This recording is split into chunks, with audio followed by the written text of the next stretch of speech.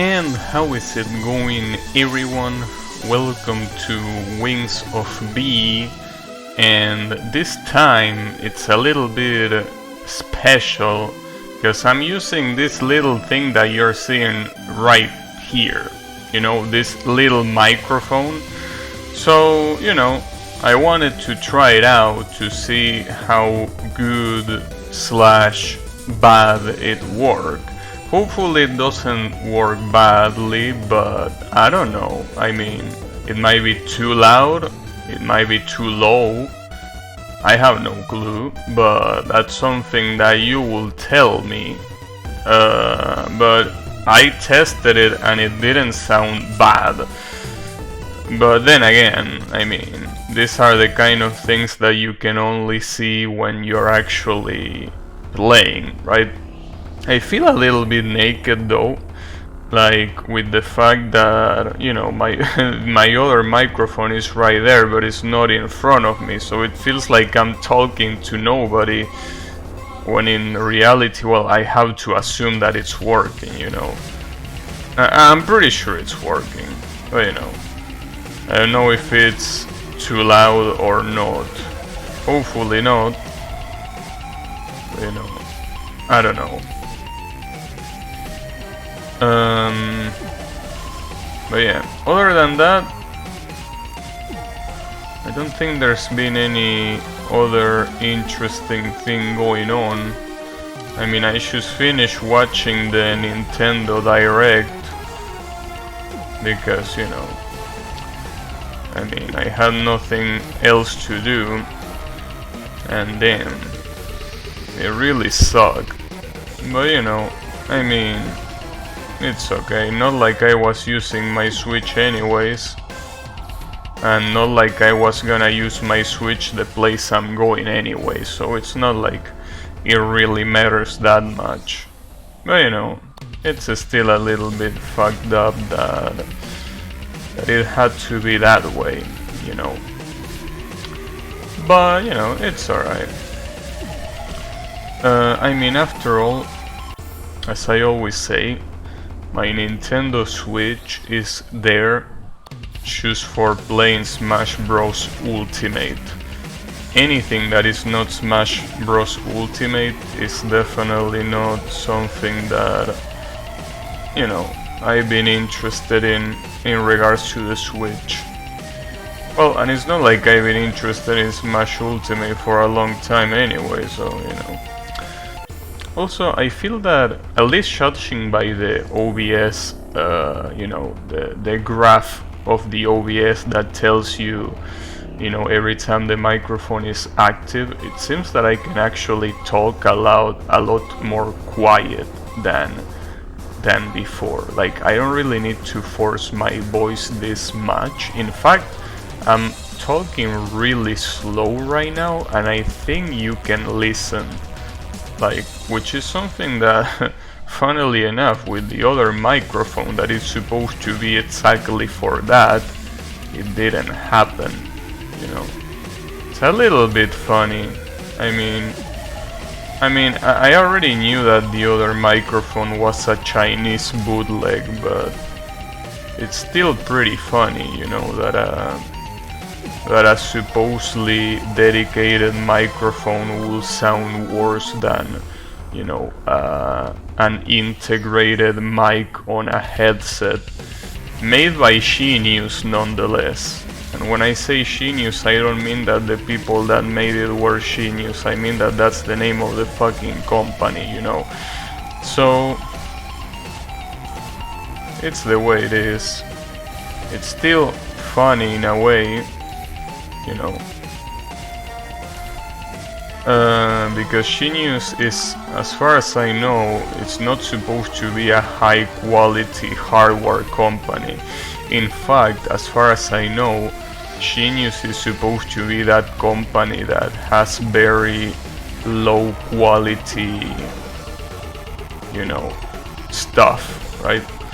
Like, well, not low quality, but it's like cheap stuff, right? Like, it's something that you will buy out of necessity, not out of,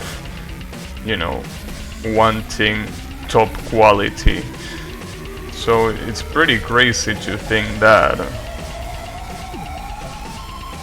I mean, then again, at the other side we have a Chinese bootleg, so it's not like it's gonna be a very high competition anyways, but you know, still pretty interesting. I mean, if I had knew that, I wouldn't have bought a microphone like that in the first place, you know.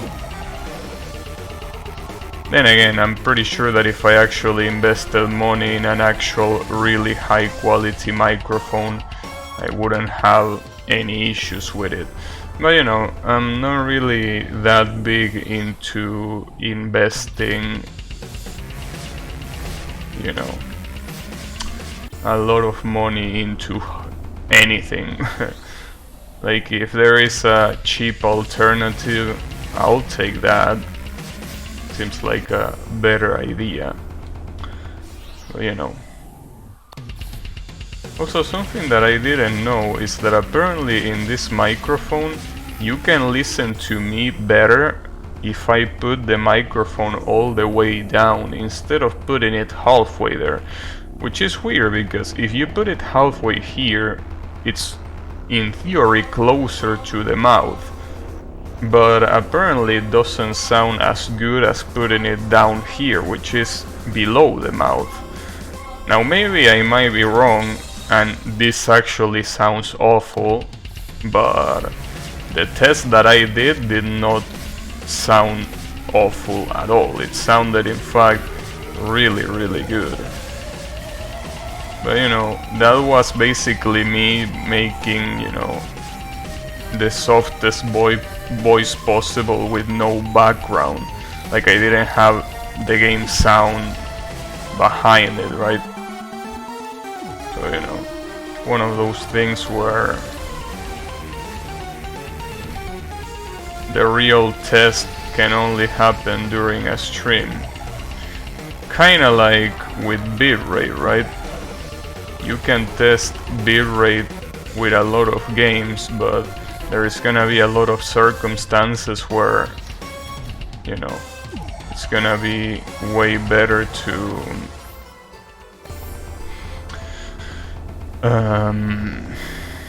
wait, what was I talking about?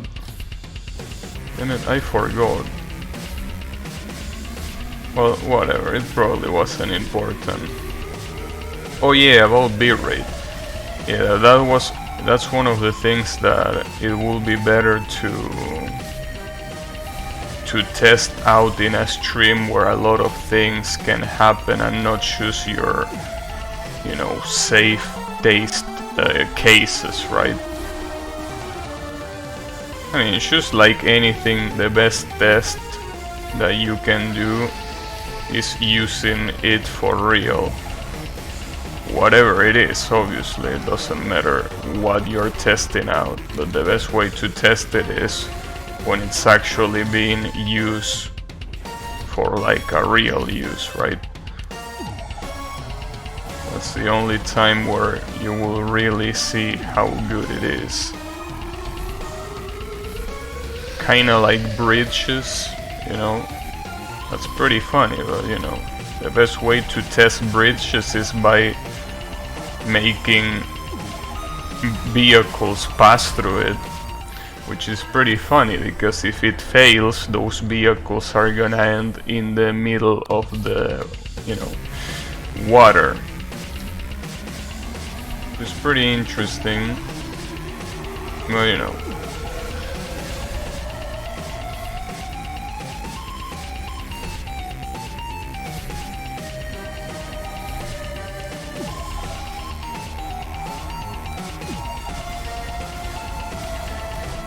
So, thankfully, yesterday I was able to sleep around 10 hours.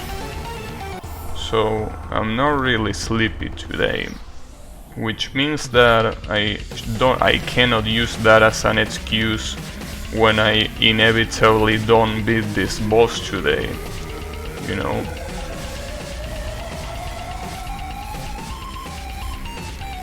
But you know.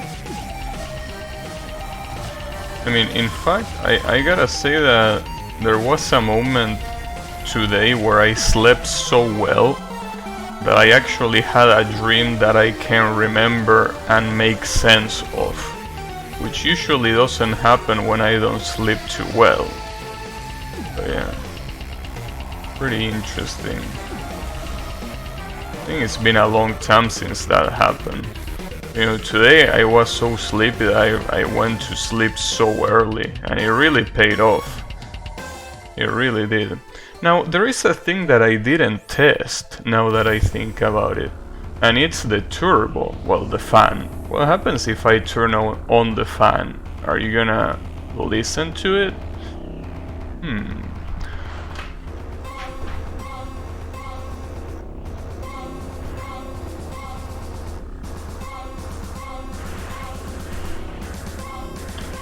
I think you can't, but it depends on the position of my face. Like if you can hear it when I look at the fan, but not when I'm looking at the screen. At least not according to OBS. Interesting. This microphone is highly, you know, highly sensitive.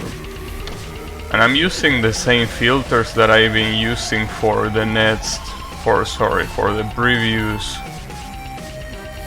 you know, for the previous microphone, right? I didn't want to modify them. Like, if something sounds too loud, I guess I should modify it, but for the most part, I want to avoid doing that. If anything, I would rather modify the microphone properties instead of the OBS settings, you know. I mean, after all, the filters have been working pretty well.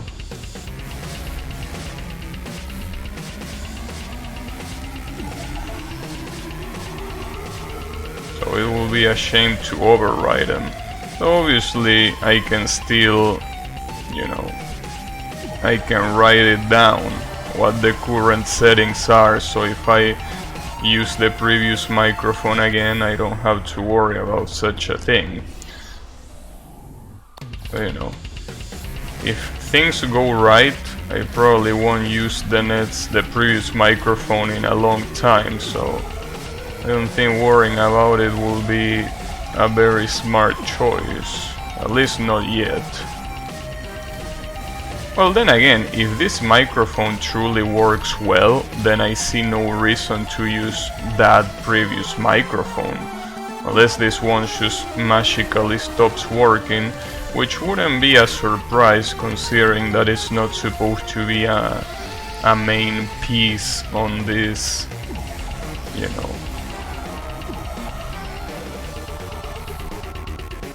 on this headset, right? I mean, I'm pretty sure these integrated microphones are more of an afterthought, right? So, being an afterthought, I don't really expect it to be that important, though. I think I'm saying that this microphone is more sensitive, but I think that's not true. I think the difference is that the previous microphone had a pretty particular zone of activation. Basically, if you spoke anywhere other than right in the front, no sound will come out of it, you know. So in that regard, I don't think it's this microphone, the one that is sensitive. It's the other microphone, the one that was, you know, overly conservative, right? But, you know, these are all things that we can still tweak. Like, for example, I could tweak the noise gate so it picks up less noise. It will obviously pick less stuff from me as well, but I mean, We will see. These are things that I still have to figure out. Thankfully, by the end of the stream I will be able to watch the VOD and finally see if what's going on is good or is not good. Hopefully it is good. Because honestly, I don't like tweaking things that, you know, I cannot really personally judge by myself, that I need other people to judge for me. I don't like that because it creates that dependency and basically a trial and error that I don't really want to deal with, you know? But yeah, as I said, I don't even know if you can listen to me properly right now. I'm just guiding myself with OBS, and OBS tells me that it works. You know, OBS sometimes might not be the best judge, you know. Well, OBS is also telling me that there might be some specific tones where the microphone kinda spikes, which is mostly the reason why I'm trying to speak lower. Well, that and, you know, this new place that I'm moving to is a little bit small, right? So it being small means that I probably shouldn't speak too loud, right? I mean, in this place that I'm now, I have my own room, right? So I can just close the door and nobody will listen. But in this new place, everyone will listen. So I think it will be a good idea to raise my voice that much, right?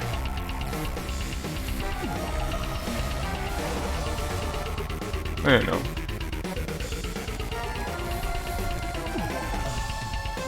It would be pretty funny though if this microphone ends up being a better alternative than the previous microphone that I was using. It will be quite ridiculous.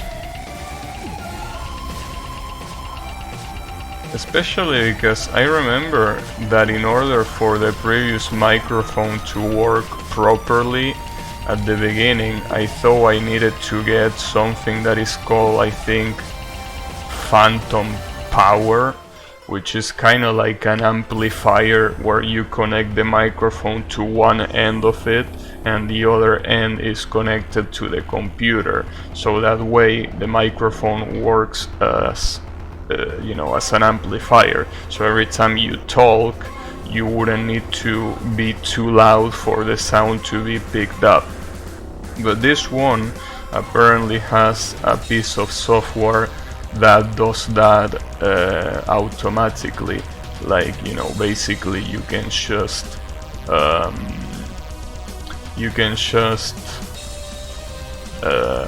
tweak that option and you will get a free amplifier just like that. So to me that seems excessively good, which is the reason why I'm doubting that it's that good, right? I mean, especially because this is more or less like a pretty budget headset, or at least it was budget back while I bought it, which might not be the case now. I mean, let's not forget there are some items that sometimes are considered obsolete, but then due to the lack of better, newer alternatives, they end up becoming a standard, and because they are old and probably not manufactured anymore, they become a problem, right? Because you need to pay stupid prices just to get a hold of them. I wonder if this headset that I'm using will also be that case. You know, I never seen this headset as a luxury headset. Well, maybe really at the beginning when I first started caring about peripherals, I saw this as a really top tier headset. But in reality this is supposed to be a mid-tier headset at best. I mean, after all, it's by Genius, and Genius is not supposed to be a high quality manufacturer or anything close to that. Well, you know, the best example that I can think of what I should say about an item that is not supposed to be premium, but due to lack of competition it becomes premium, is the Wacom Intuos 48, I think. I mean 480, right? Which basically is not supposed to be anything special, right? It's not like it's a special tablet or anything. But according to a lot of OSU players, which is not really the most reliant player base that you can ask to, but according to a lot of them, that tablet is way better than the newer alternative, which is the Wacom Intuos 490. So maybe, no, this might be one of those cases where this headset that I'm using is surprisingly top tier, you know. I don't know. I mean, I don't know much about alternatives for headsets, so, and I've been using this headset almost exclusively when it comes to wearing headsets, obviously, because, you know, before I decided to return to this one, I used to use the, I think, Audio Technica headphones. That wasn't a headset, it didn't have an incorporated microphone. That's why I bought that Chinese bootleg microphone that I used until yesterday, so that I could use both of them at the same time. But as I said before, if this thing can do both things at the same time with no issue, then I see absolutely no reason to you know, sorry, to not do it. Oh, there is no pause, right? Yeah, there is no pause. That's something that I forgot about this game. Just like Dark Souls, pausing only brings the pause menu up, but it doesn't stop the game from playing. Which I think it's a little bit fucked up. Like, I understand the reason why you do it. You don't want people pause buffering. But the truth is that if people want to cheat, they are gonna cheat. No matter how many stops you put them. I mean, people that want to cheat in Dark Souls don't need to pause buffer. They just need to, you know, tweak the damage to make it insanely, you know, good, and that's it. And the worst part is that a lot of those people are even playing online, that for some reason the Dark Souls servers cannot, you know, differentiate between someone that is a cheater and someone that is not.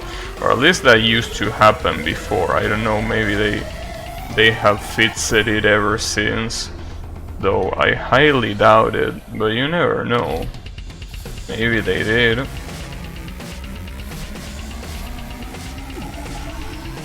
Damn it, I almost yawned, but I swear I'm not sleepy. I swear I am not sleepy. At least not yet. Hey, maybe at the middle of this fight I'm gonna realize that I'm sleepy. And if that happens, that will suck. But, you know, hopefully it doesn't happen. Because, you know, the issue with tryharding something like this is that, well, it's obviously repetitive, right? But it's even worse if you are being sleepy, because when you do something repetitive while you are sleepy, the result is not good, I can tell you that.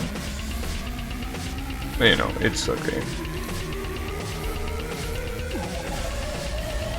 Also, I probably got lucky, but that problem that I was mentioning some days ago about the computer not being able to be shut down or opening some programs,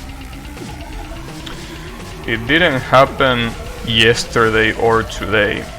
That honestly might be just luck, as these problems most of the times are pretty random. But you know, one thing that I did was disabling fast startup. That apparently is an option on Windows 10 that basically makes it so, well, just as the name says, the startup is fast. The issue is that in order for the startup to be fast, they sacrifice other things. Like, for example, you know, shutting down all programs properly, and instead just leaving them kinda like in a hibernate state. So, you know.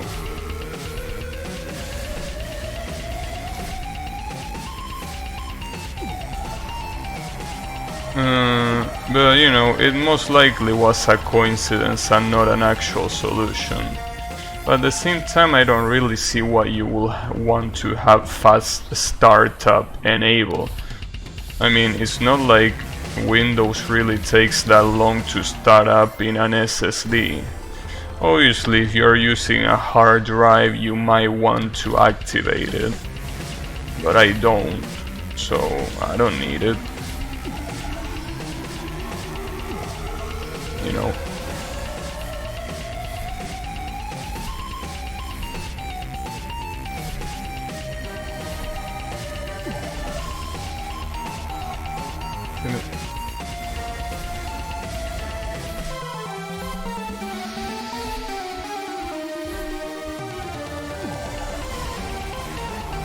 Timid. I didn't have any sham remaining. Something that I'm a little bit scared about this microphone is that if I eventually speak too loud, that it might spike and destroy the microphone. And if it destroys the microphone, that will suck quite a lot, because I will have no other microphone to use in this place that I'm moving to. So that will be bad, but hopefully that doesn't happen, you know. I mean, I'm pretty sure a lot of microphones can stand some spiking with no issues.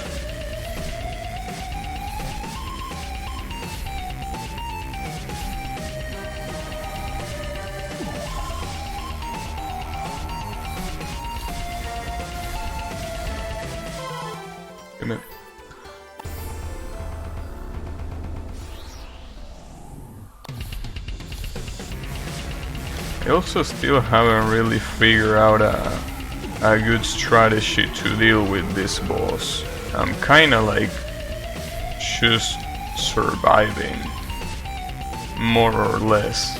It's not like I have something that I can consistently apply. I mean, and obviously it's very hard to be consistent when there is RNG involved. You know, even when there is RNG, a lot of times you can just, you know, adapt to the RNG and make it more consistent that way, you know.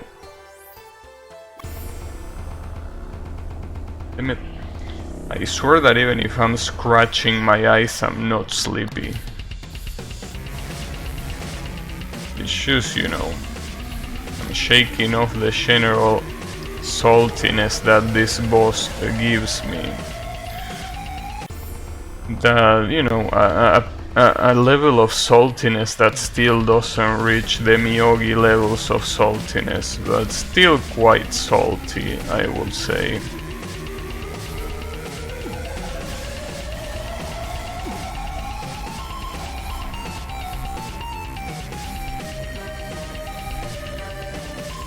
Well, the other issue is that, you know, speaking slowly and more quietly like this might increase the chances of getting sleepy, since I'm not using that much energy to talk. You know, I think the body, when it detects that you are not using energy, it kinda thinks that you want to go to sleep. So in response it might get kinda sleepy. But that's not what I'm trying to do at all. You know?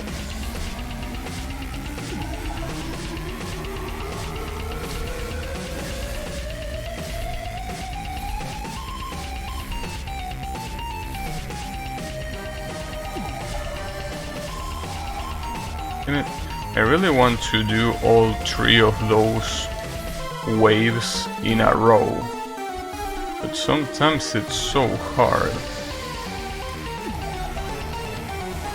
Well, sometimes, most times it is pretty hard.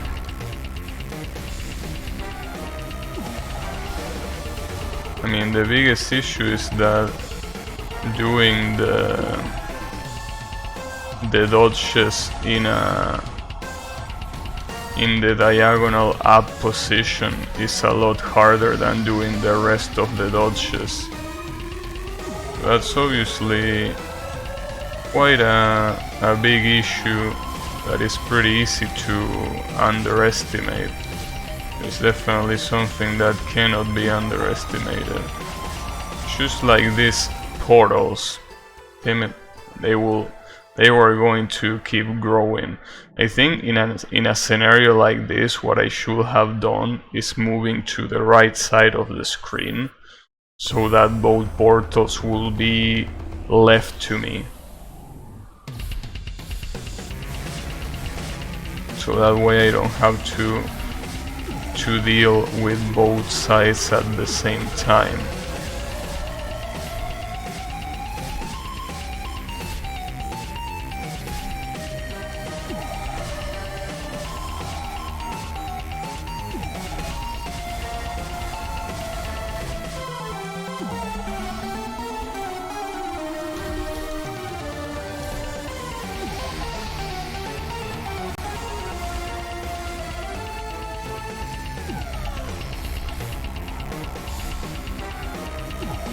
Hey Yannick, how is it going? Black Gabby was real? Damn. Can't believe it was real. Anyways, how is this sounding? My voice, that is. Is it sounding too quiet? Is it sounding too loud? Is it spiking? Does it sound good? Because again, those are things that are impossible to know unless someone else tells me.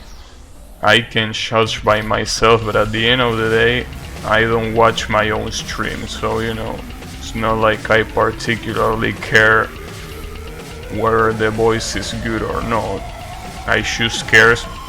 I mean, I choose care because obviously the one who is listening cares, not because I listen to it, you know. So yeah, if you can tell me if it sounds fine, I will appreciate it. I can still make some tweaks. Thankfully, there is a lot of different things that I can tweak, including the, you know,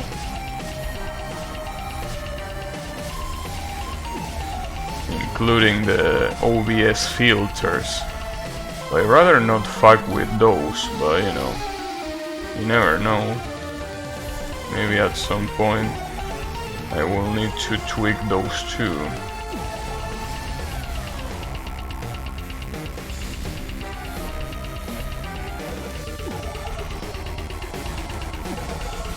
sounds fine, maybe a little tad loud.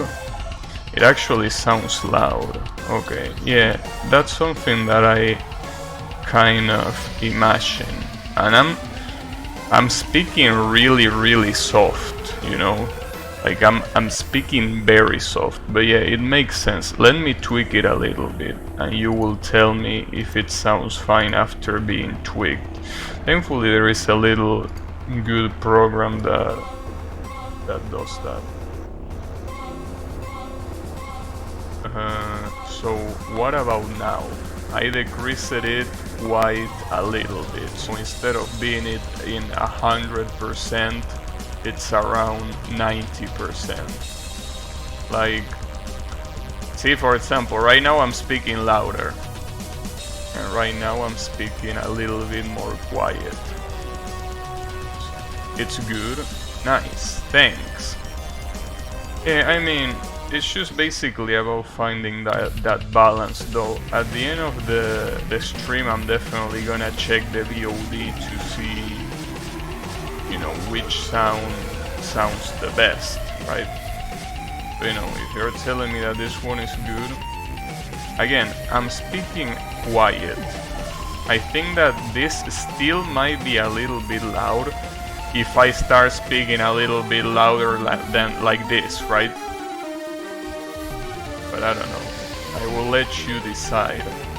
I mean, honestly, not needing to speak louder is also something that is pretty good, you know, because I can not only save my voice, but I can also not be too annoying to other people when, you know, I eventually move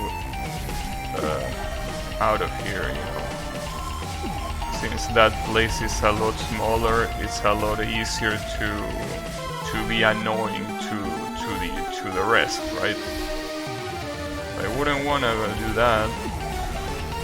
That's why being able to speak a little bit more quiet is better. You know, I think something that should be the focus here, rather than how loud the voice is how much you can understand me.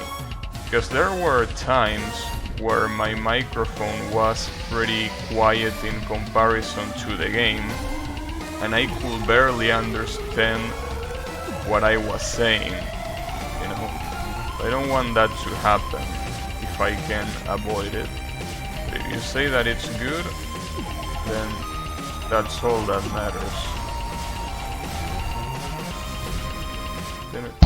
I got gravel. Oh yeah, another thing. If I should slightly touch this, it will, like, you will hear it a lot, because every vibration is gonna go right to the microphone. Like, even if it's just a little touch with my finger, you're gonna hear it so much. But, you know, vibration ASMR. What a fucking vision. Anyways, you know, today I kinda want to rant about something which, you know, at this rate is becoming pretty common, but, you know, and no, it's not about construction workers, lawyers, or politicians this time. No. This time I want to rant about banks. You know, the issue that I have is that the other day Twitch basically gave me a payout of, you know, all of your subscriptions and support, right? And the issue is that my bank is rejecting it. Or rather, it's not rejecting the payment itself, but it's rejecting giving it to me. That's the issue. You know, That's the main issue about this. So, you know, I'm just a little bit tired about all of this bureaucracy regarding banks, because in the first place, I mean, that money is mine. Why the fuck does the bank have to retain it before giving it to me? Like, I understand that the money comes from outside of the country, but that shouldn't be my duty to do that, right? That should be your duty as a bank. And the thing is that they rejected that, you know, that order of that payment order that I need to do, because apparently I lack enough documentation to do that. And the funny part is that I did that exact same thing last year and they gave it to me. So there basically is no reason why they wouldn't give it to me this year. But apparently they changed their mind. Yeah, dealing with banks is ass. In fact, when I tried to contact support today because of this issue, basically, you know, first of all, when you call to their phone, it's not a human the one that talks to you. It's a recording, and the recording basically gives you options depending on what your issue is. Well, the thing is that two of those options basically end on, you know, the phone just hanging up. Like literally, you pick those options and what happens is that it automatically hangs up. Like the option could be called press this to hang up, and it will be more, you know, more intuitive than the current description, right? And more true as well. So the thing is, I only managed to talk to an actual person twice. The first time I could barely listen to what they were saying because the audio quality was so bad. I mean, it's not really the audio the one that was bad, it was the connection. It sounded so badly that it really was insane how bad it was. And you know, the problem is that obviously I could barely understand what they were saying to me. So basically the call was useless. And then the second person that you know, that picks up the phone, actually it also sounded like shit, but I could understand her a little bit better. And she told me, well, if you need to deal with, you know, this kind of thing, then you should call this number, right? And you know, I wrote down the number and I was like, you know, thanks, I appreciate it, right? I will check this number up and see what's up, right? Well, turns out that I, you know, typed the number on the phone, and what happens is apparently the phone doesn't exist, like the number is non-existent. So basically I got baited, like in the worst way possible. Like this almost sounds like a comedy movie, right?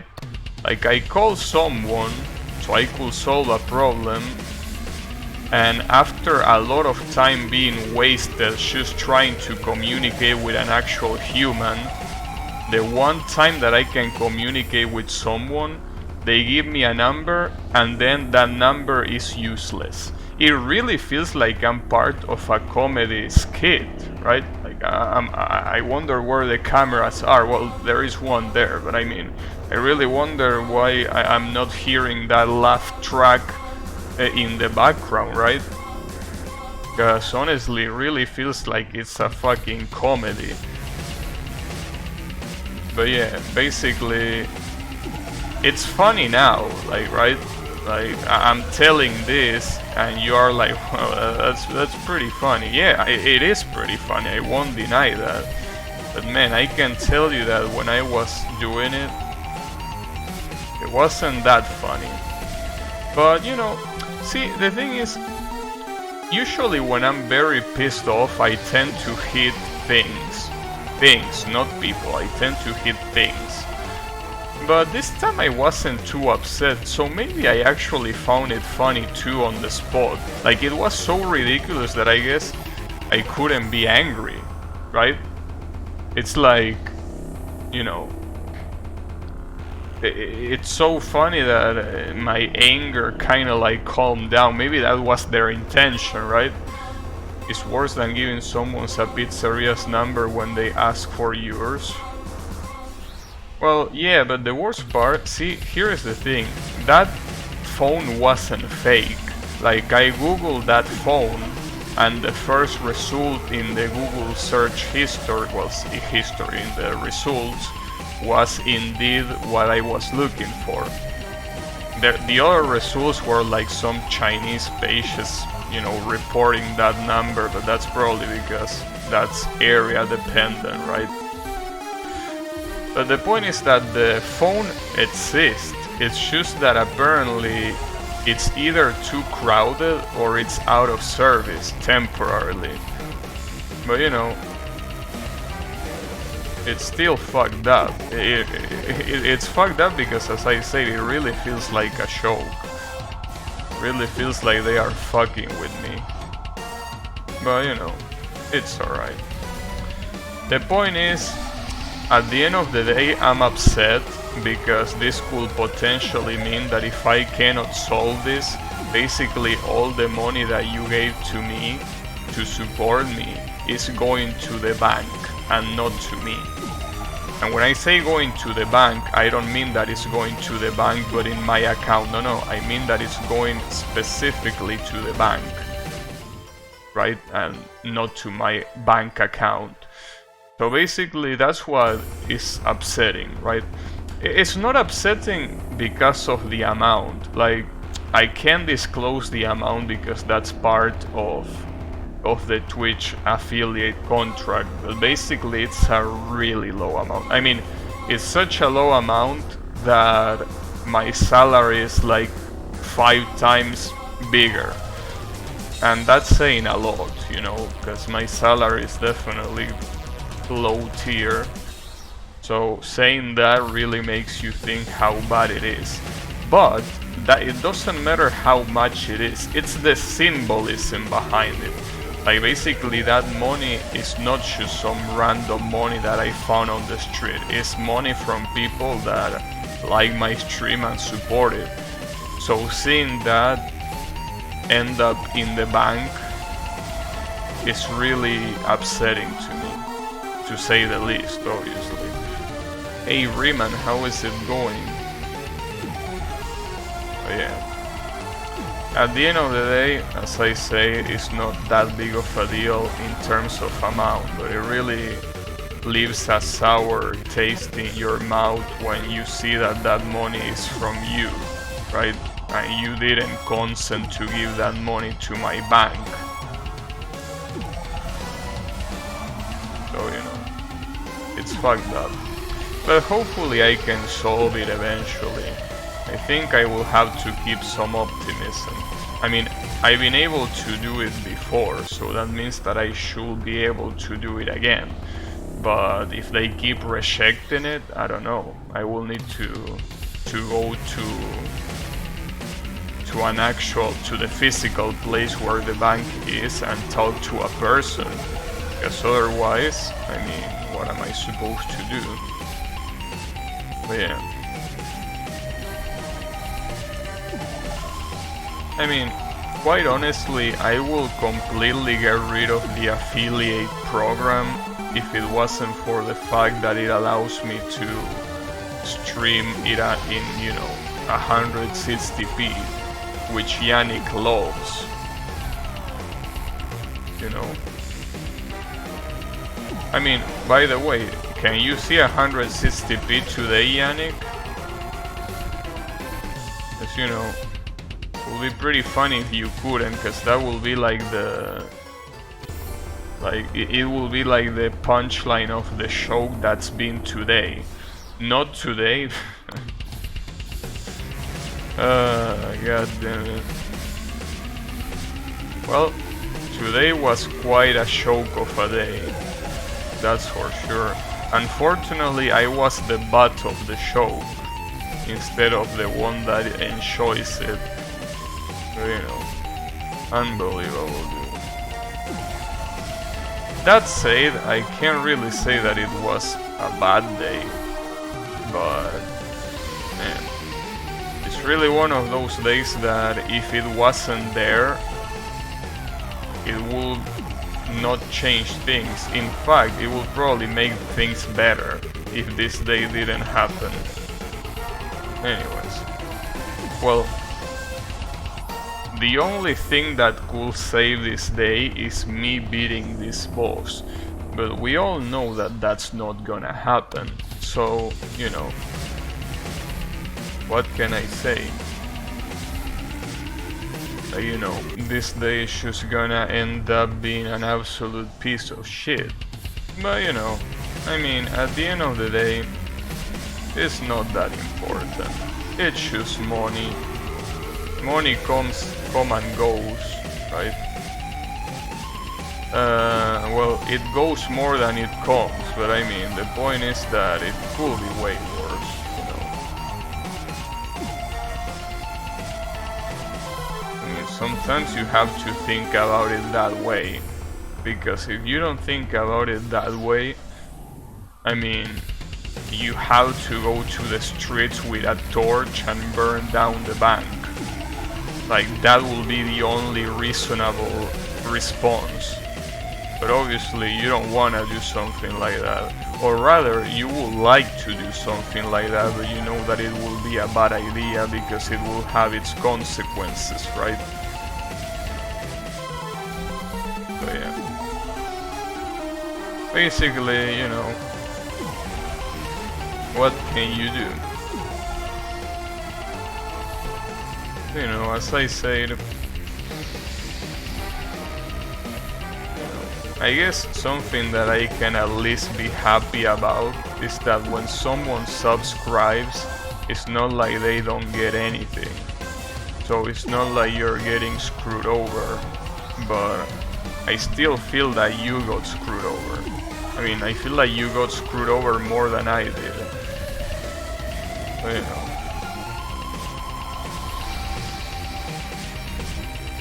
Whatever. Maybe I'm just looking at it the wrong way. Maybe I just gotta take it even easier.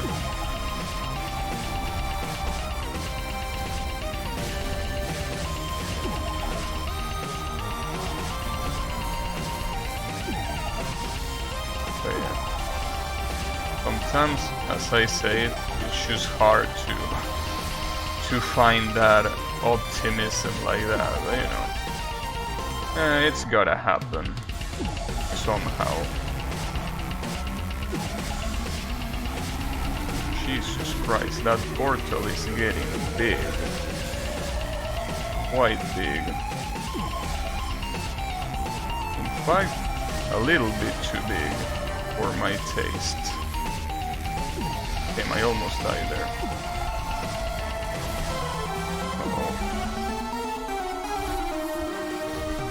Damn, you're retiring? Wait, are you gonna do a special attack? Oh, no, alright.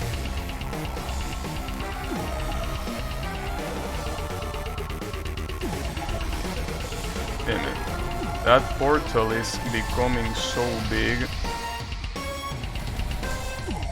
that it's getting kind of ridiculous. Well, that's a shame. That's actually a shame. And in fact, I think the funniest part about that is that I don't even know what killed me there. I think it was the red projectile, but yeah, it's a shame. Well, at least we know that we can kill her, but damn. I don't think we're gonna get any closer attempt than that one. At least not today. It hurts. It really hurts. It's okay.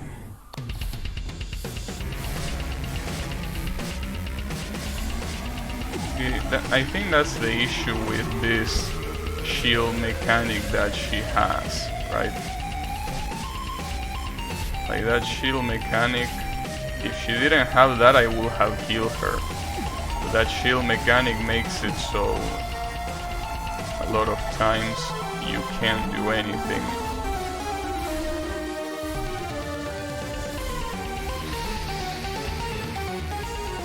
And that was one of those times. A little bit disappointed now.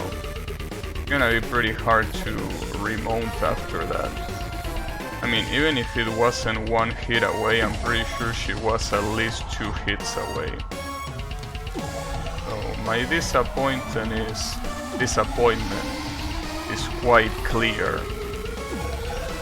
But you know, it's alright, it's alright. As I say before, that means that we know it's possible for us to win.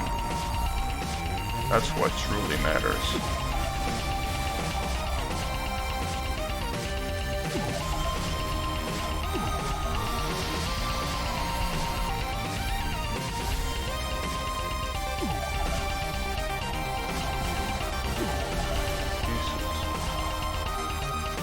I think a pretty big portion of this boss is basically knowing when to not hurry up.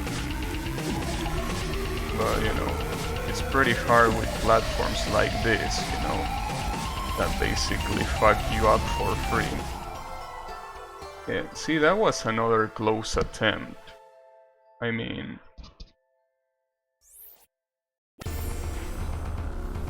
that's the issue. It was a close attempt because both portals were at the same side. So both portals being at the same side means that you can, you know,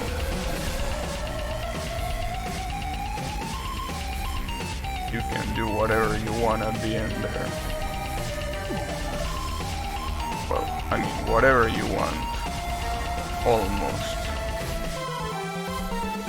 You get my point.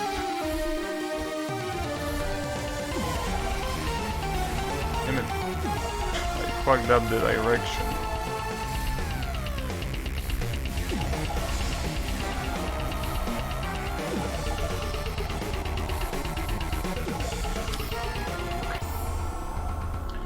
It's gonna be pretty hard to be mentally in this fight after being 2 hits away from winning.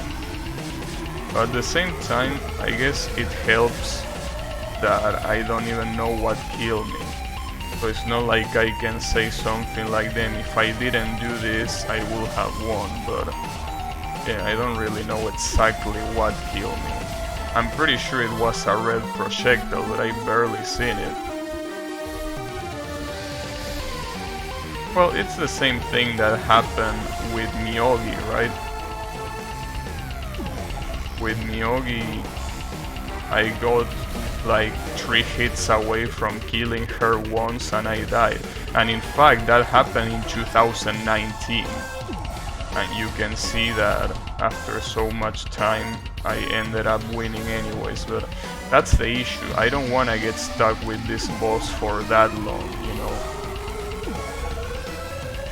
And the fact that I was so close, it really sucks. We will get her in no time, I hope. I hope that I can get her today.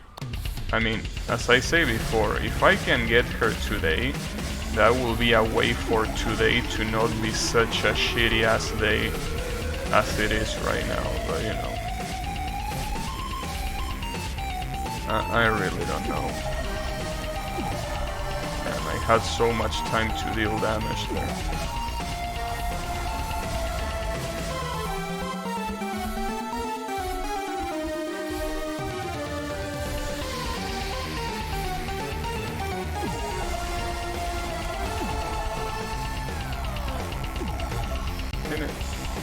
That hitbox is so stupidly big.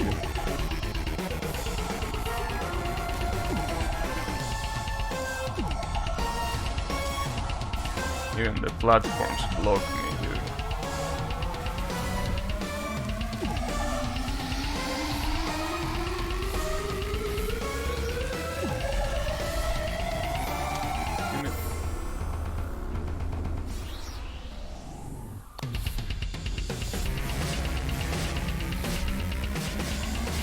Well,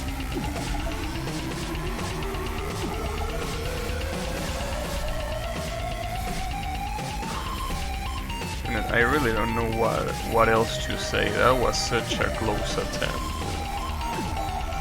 That was literally 2 hits away.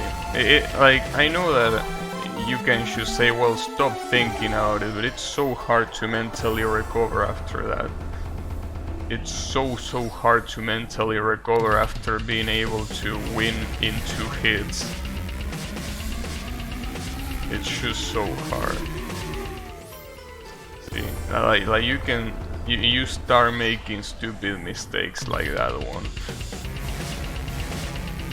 I was so fucking close.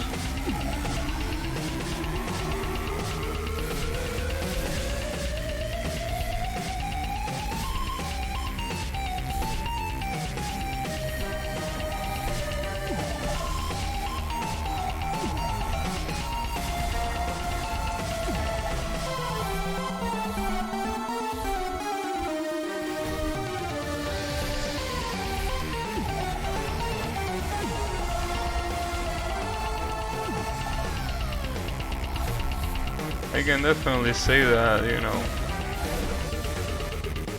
after seeing that attempt, that, you know, this boss is definitely what I would personally consider easier than Myogi for sure.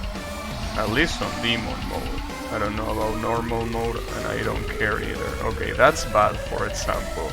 The fact that that portal is there, that very highly reduces my chances of winning, like a lot.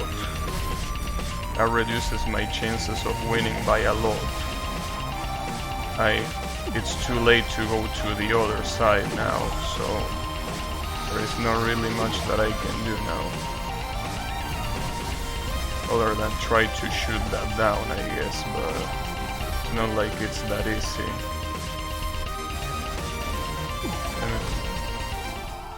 Yeah, see, that's the issue, dude. Luck is such an important factor here that it just really sucks. And that's why it hurts so much when you are so close to it. Because normally, if this wasn't such a shitty-ass RNG festered fight, you will be like, alright, I'm just gonna get there again. I mean, I can just get there again with no issues. But now, getting another attempt like that one.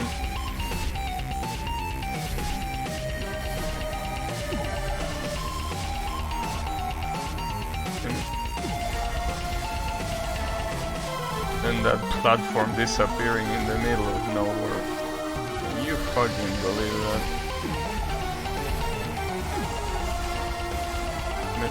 Careful. Come on. I tried to avoid that so hard and I couldn't.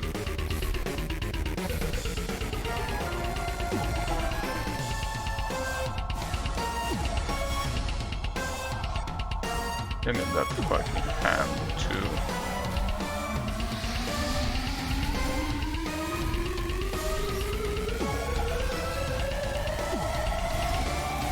She summoned a portal right there. Does that mean that I have to go to the other side? Wow, that was very clutch.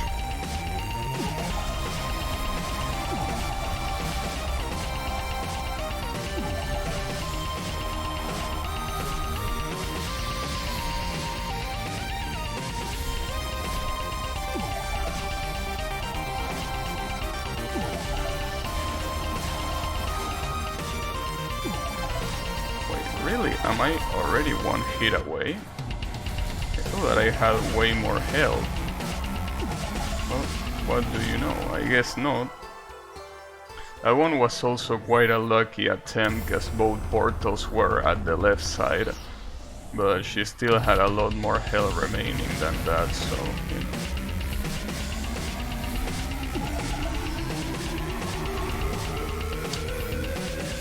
Definitely have to reserve a lot of health. You look like a... Thanks. How is it going, Toss? Also, fuck you. And just that. But you know, how is it looking, by the way?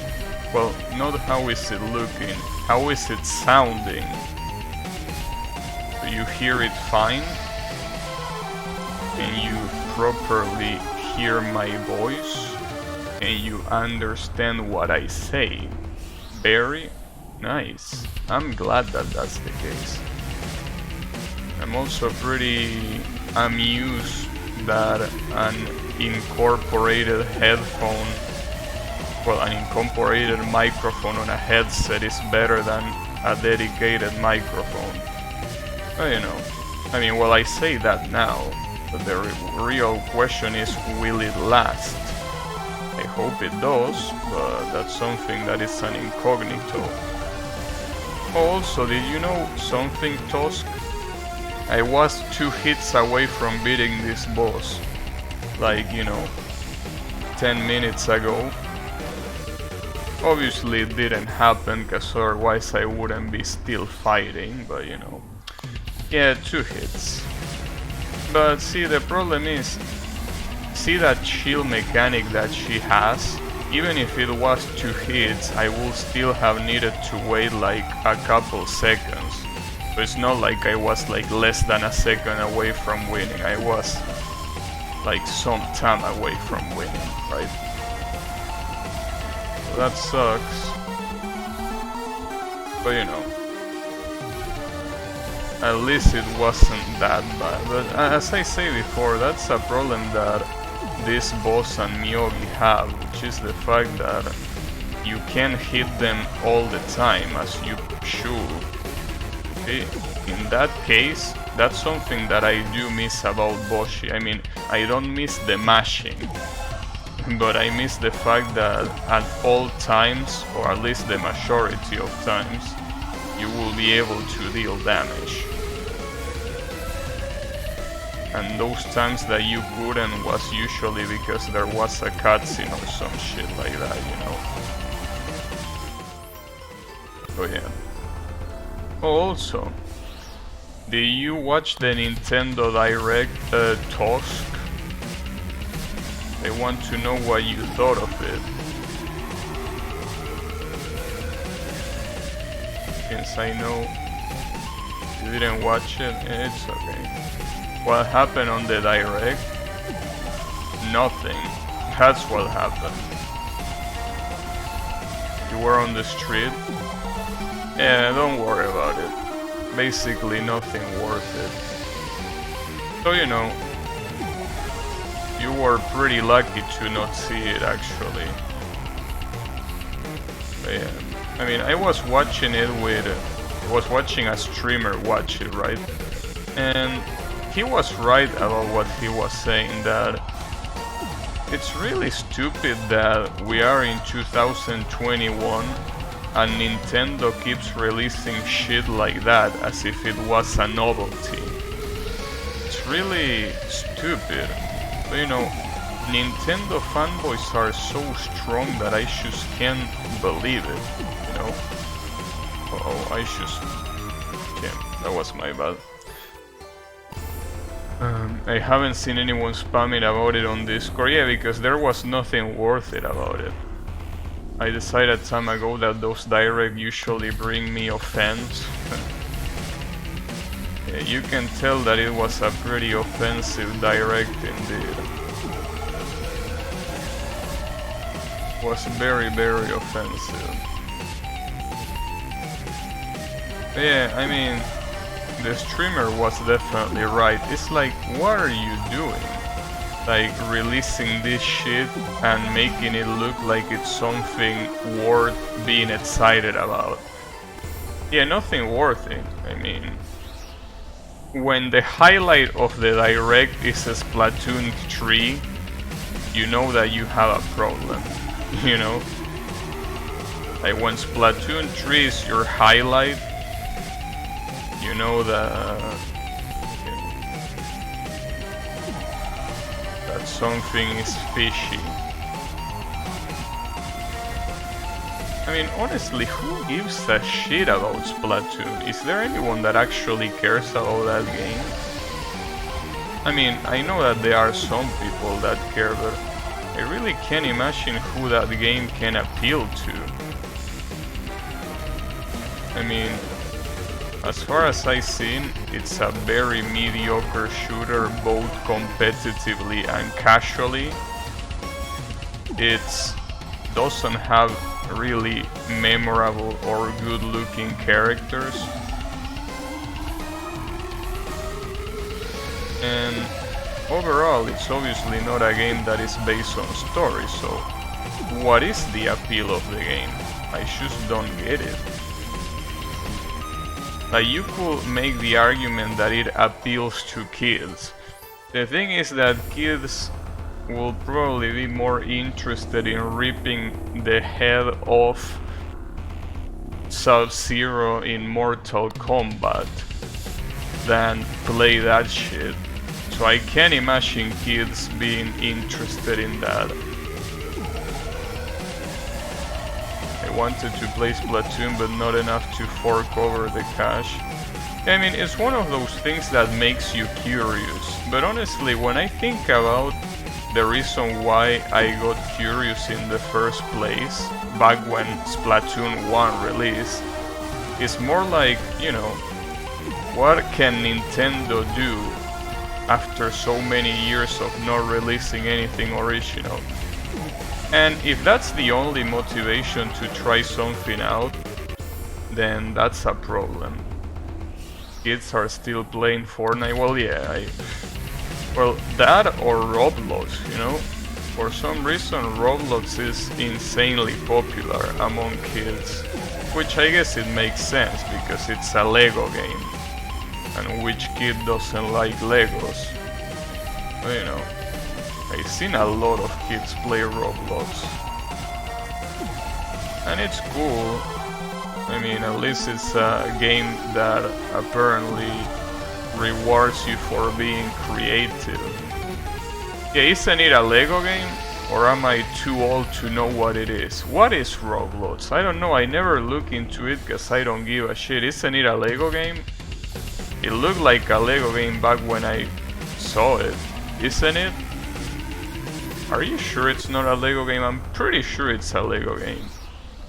I mean, when I say Lego, I don't mean that it's patented by Lego, but I mean it's like, you know, it's the point to kind of build shit or do stuff like that, right? Am I wrong? I don't know, dude. I don't follow that game. I don't care. All I know is that it's very popular with the kids. That's all.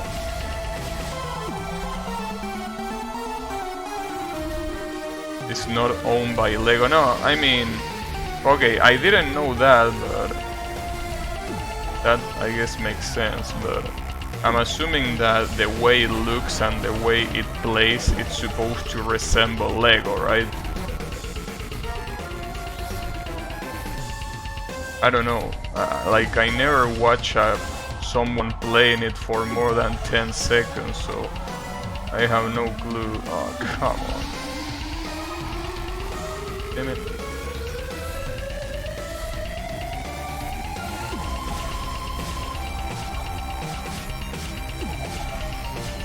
Oh, yeah. But I mean, I rather have kids play that game than Fortnite, because, you know, at least that game rewards you for being creative. It's categorized as game creation system, massively multiplayer online, so kinda like Shimod. Yeah, you can say that it's an MMO Shimod, I guess. So I think that's why I like the fact that kids are playing it, because it's a game that doesn't already teach you to be a fucking asshole like Fortnite does. It's a game that at least tries to incentivize your creative side, which is something that is pretty important for kids, you know. I mean, you might think that it's being creative in this case is only something that, you know, that it's only fun. But I think that for the development of a kid, being creative is really important, because basically it allows him to, even if really slowly, start thinking for himself, right? Because being creative means that you obviously create things on your own. So, you know, that means that you listen to what you say. Obviously you can be based on what others do first, but your input has a very important place in the creative process of something, you know. God, it must be really old thinking about the development of the next generation. I mean, it's something that it's always interesting to think about, because by understanding how new generations develop, you also understand how older generations developed in the past, and what could have went wrong and what could have gone right. So, you know, I think making kids creative is something that, I mean, not making them creative, that's not something that you can make, but like incentivizing the fact that they can be creative is something that is pretty good.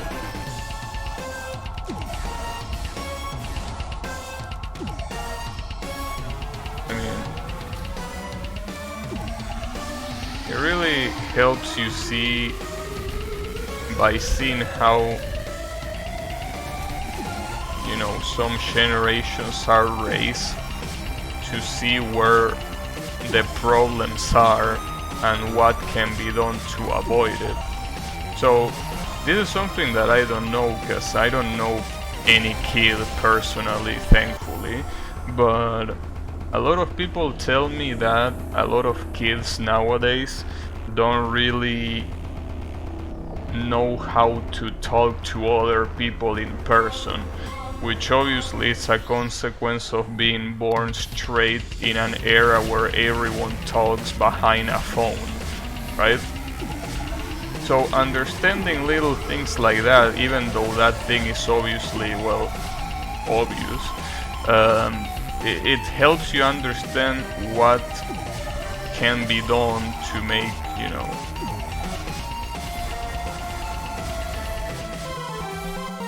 make things better overall. I mean, when I say that phones are trash, it's not just me refusing to get with the time, you know, gramps. No, I mean, I do have reasons for saying that. That's one of the reasons, even though not the main reason, but, you know, I think cell phones have been detrimental to people as a whole. Cell phones are probably the most cancer of inventions in the 20th century, to me at least. It's one of those things that it's absolute trash, and it doesn't really help in most situations. I think that it's a device that can be used, and it's really useful in very specific situations. But outside of those very specific situations, it's basically worthless. And worthless, when I say worthless, I don't mean that it's absolutely useless. I just mean that it's unnecessary and detrimental. But, you know, that's what I think. Obviously, that doesn't mean anything other than my opinion, but I still think that cell phones, and well, obviously smartphones, have done a lot of damage to people in general. A lot of times, even damage that you can't repair, right? Like we're talking about permanent damage. So it really sucks, but there's nothing that can be done. It's too late. Nowadays every company wants and sometimes force you to provide your phone. Yeah, basically every time they do that, I either use my mom's or my dad's or my sister's. Because I'm not getting a phone. Fuck that. But yeah, that basically also is part of the problem. How companies not only don't do anything to avoid it, but also to encourage it. I mean, a lot of people are trying to sell me that smartphones are the future. Well, the future and the present, clearly, but I don't want that future, you know? I don't want a future where everyone is forced to have a smartphone. I really don't. You know, this is basically, you know, that thing of old man yelling at a cloud. That's pretty much what it feels like. Nobody really cares. Everyone is alright about it. I mean, a lot of people wouldn't do shit without their smartphones. A lot of people get depressed when they cannot use their smartphones. So, honestly, you know,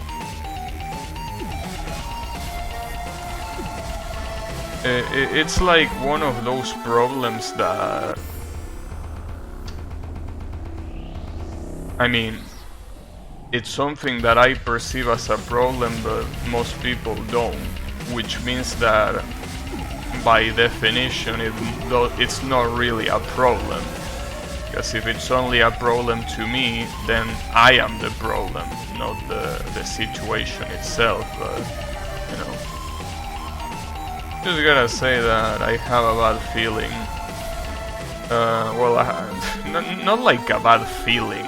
Like I know that what is gonna happen in the future is something that I don't like, but I can't avoid it. I cannot get depressed because of that. I'm depressed to begin with. Well, it's alright. The point is that, you know, you probably wouldn't be so depressed if smartphones didn't get such insane such insane traction over the last years, you know.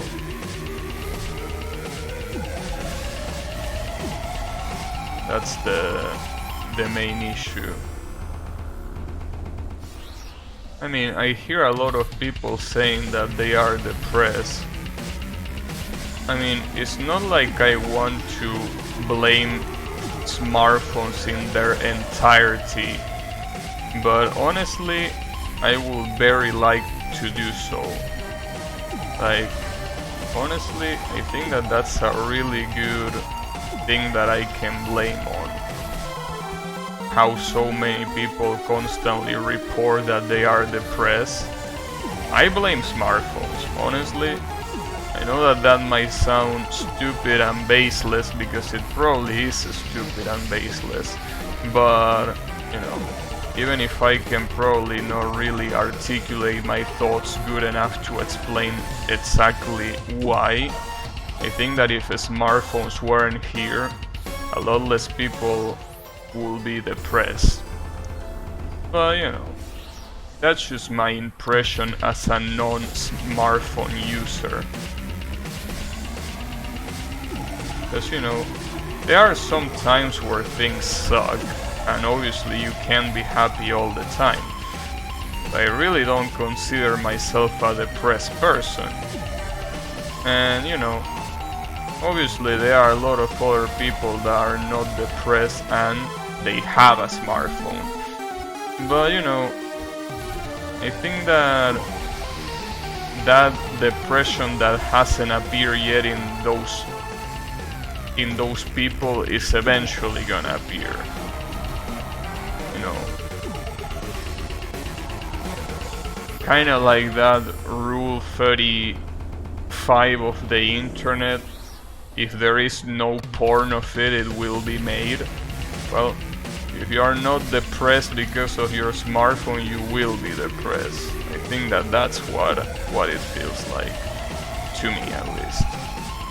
But, you know, I'm probably just crazy, you know. Or probably just listening to the ramblings of a crazy person. But it's alright. I mean, everyone is crazy in one way or another.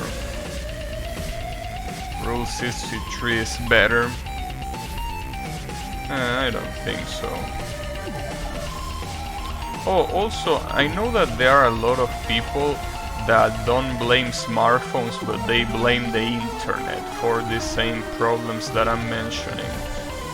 But I think that the internet is something that it's so, like, dynamic and changeable that it's not a problem, but rather the way that it's used. I guess you could make the same argument about smartphones, but I think the whole point of a smartphone is to be a mobile computer.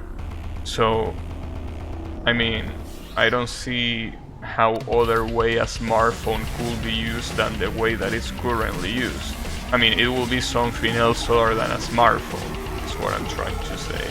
But the internet, for what it is, it's way more generic and it will be used in way better ways, you know.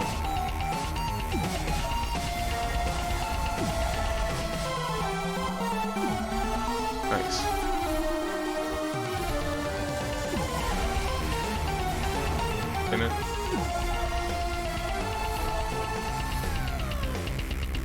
Something, always remember happy. Just blame humanity. Hey Kyle, how is it going? Yeah, someone already made that joke, so you're a little bit late to the party, but it's alright, bro, don't worry about it.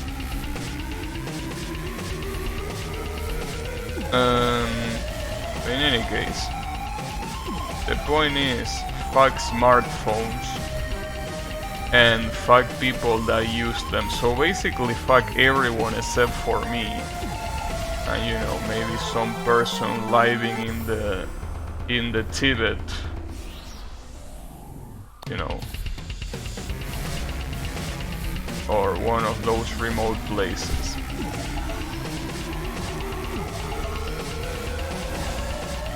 Machine using phone.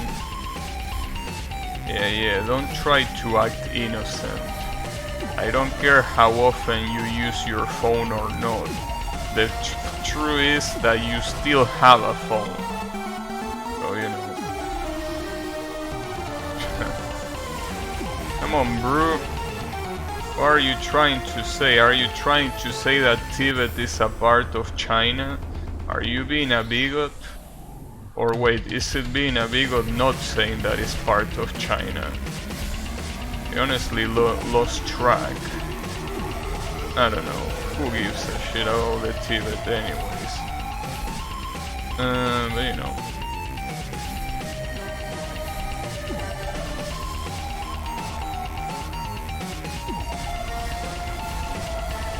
Depends on who you ask. Yeah, good point.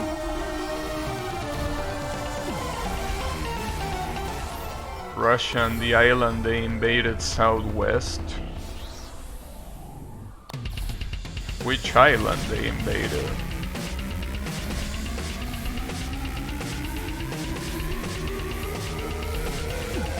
Well, Riemann will probably know, right? I will assume that he will know.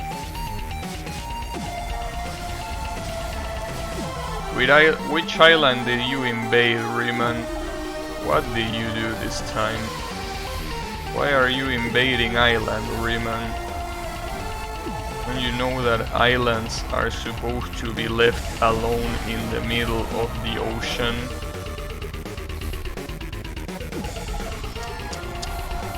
Unbelievable.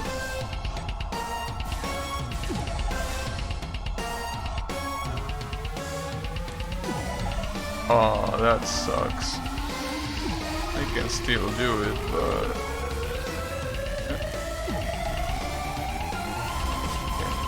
I say that pretty interestingly.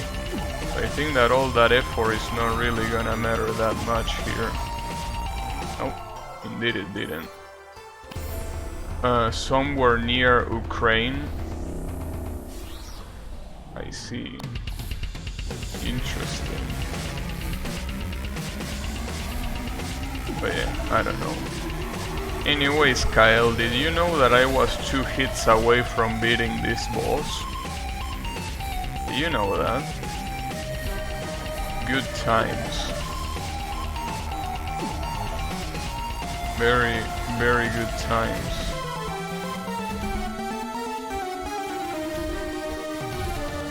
You know, that is nothing more than a memory right now. So, unlucky.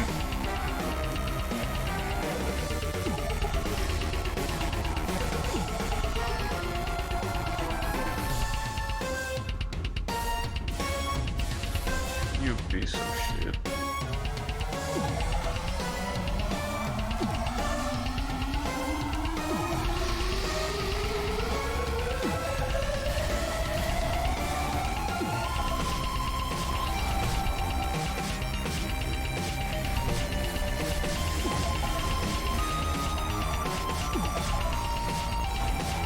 Damn it, there was another one? Are you kidding me? I didn't even see it.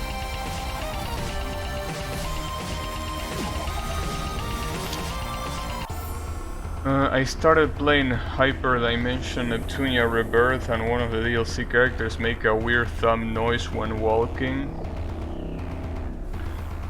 Which one? The little girl that uses a balloon to fight? She's wearing Abyss diving boots. Yeah. How can a boss from this game not take you 2 years?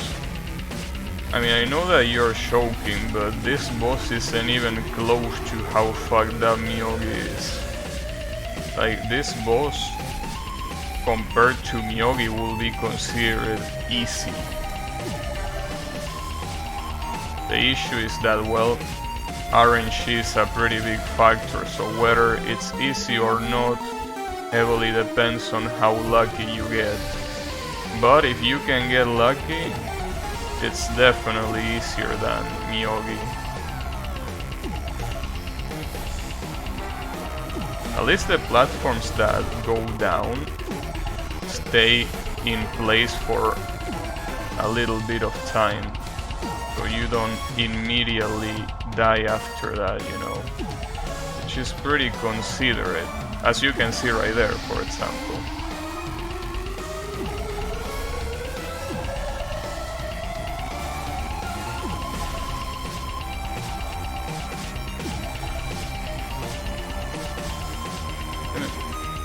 Did the skeleton hit me there? Wait, why did that platform don't rise? Oh, Plutia? I see. I don't know what Abyss diving boots are, but you know, they didn't really bother asking.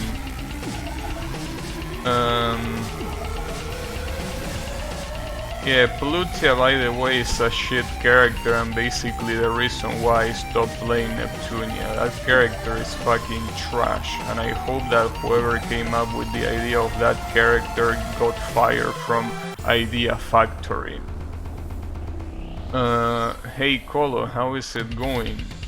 Yeah, I did watch Nintendo Direct. It was a piece of shit, so you know, it's alright.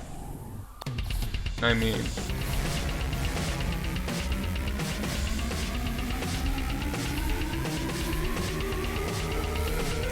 what's wrong with Plutia?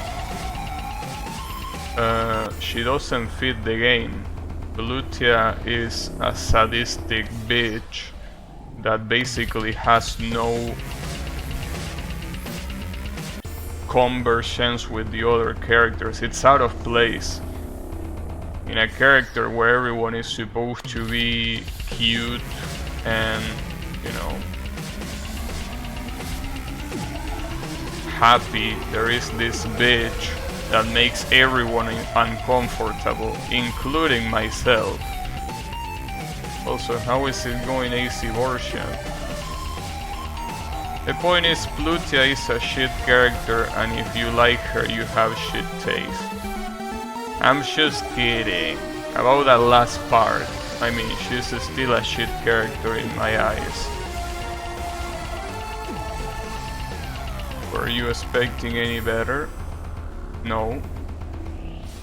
Shin Megami Tensei 5. Well, poor you for expecting Shin Megami Tensei 5. Wait, no, it's okay. I mean, come on, bro. I don't think Nintendo knows what that is.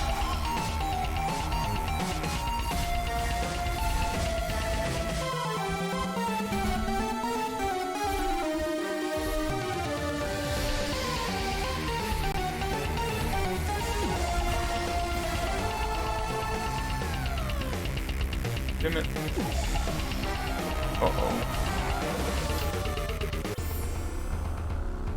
But not as a little girl. Nah, she's still a piece of shit. It doesn't matter. She's a sadistic bitch no matter what form she's on. Again, she doesn't go with the tone of the game and is completely out of place, and again, it's the sole reason why I dropped the Neptunia series. Neptunia 3, by the way, is a shit game too, just in case I needed to clarify it. But you know.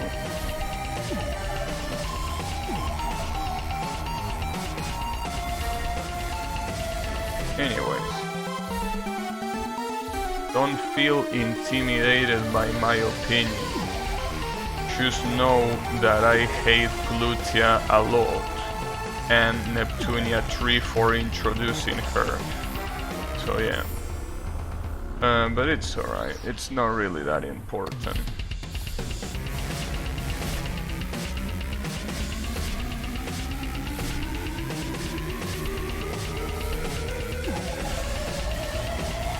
What's the blue circle around her? That's a shield. Basically, every time you do 6 consecutive hits, she summons a red shield. And while that red shield is active, you cannot deal any damage until it's out. So you basically want to not deal too much damage, because otherwise your DPS is gonna be worse if you actually do that. Though obviously I don't have any problems with activating the red shield when she activates those red projectiles, because while she does that I cannot attack. So basically it's worth to make her bring out the red shield when she's you know, when she's using that attack. Oh, this is bad. Okay. So the place to stay here is the center. Though I don't have too much hope about this, you know. Staying in the center is not my sham at all. Especially because these two assholes are gonna creep on me. Really? That did not activate a single platform? Like that went right through 2 of them? Man. The hitbots in this game are worse than the hitbots in Marvel vs. Capcom. And that's saying a lot, because Marvel vs. Capcom hitbots are absolute trash.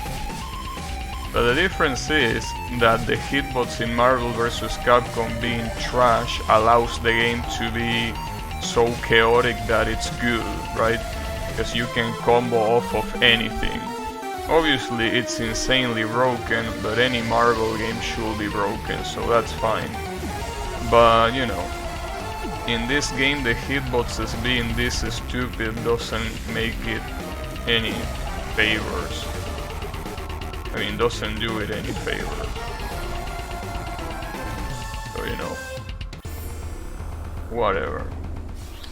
Fuck Soul Green is my point. Soul Green, you are a hack. Just wanted to tell you that. So you already probably knew what my opinion on you was. But, you know, I just meant like repeating it just in case you were wondering. So yeah, I think you're a hack. What you gotta say about that?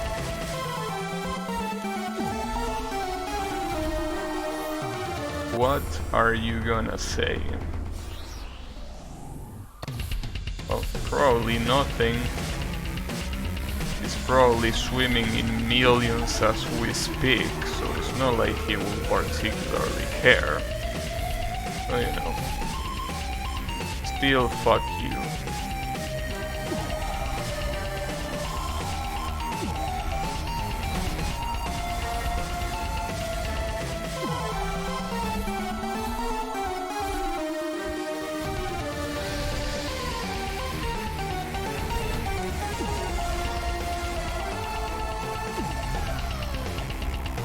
Whew.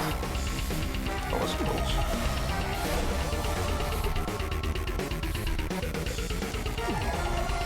Uh-oh. Yeah, he was gonna start shooting that shit. We would be swimming in millions if it wasn't for the banks. Yeah. I'm pretty sure. I really want to say the amount, but I can't. I mean, at least not publicly. Well, definitely not on Twitch, is what I'm trying to say. I really would love to see the amount, just so you know how shitty it is. You know. Obviously, hey, I don't want to sound like I'm ungrateful. Even if the amount is shitty, the support is obviously appreciated. Me saying that the amount is shitty is more of a jab at Twitch being so fucked up when it comes to retaining the value of the subscriptions. I mean, well, this is something that I can probably say. Basically, when you make a subscription that usually, you know, usually takes you takes you $5 to do, well, not even half of that comes to my pocket. So, you know, obviously that's not the end of that. Like, not only subscriptions are insanely bad in terms of the amount, but also after all of that, the total amount that you get has so many taxes and retentions that it basically makes it so, you know, disgusting, right? So that's the only reason why I'm not really that upset about it. But, you know, I'm still upset.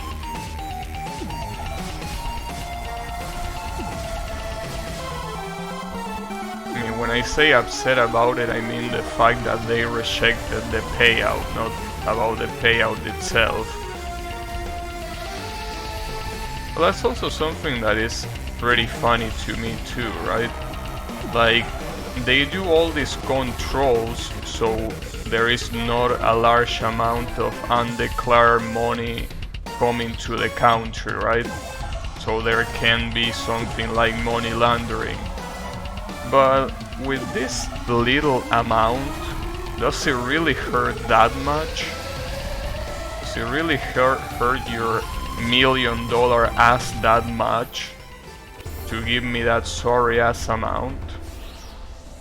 Like, it's insane. Banks, like, sometimes it's really unbelievable. I mean, you have the banks managers and CEOs swimming in pools of money, but they see a really small transaction like that and they are like, whoa, what the hell? This is money laundering. Better stop this before it gets worse. Yeah, sure, buddy. The worst part also is that I'm basically bringing dollars to the country, you know, which is something that this country needs, because the amount of people that take dollars from this country and take it outside is insane. So if anything, I'm doing a favor to this country. No, doesn't matter. Fuck you and your shitty ass payout because we say so.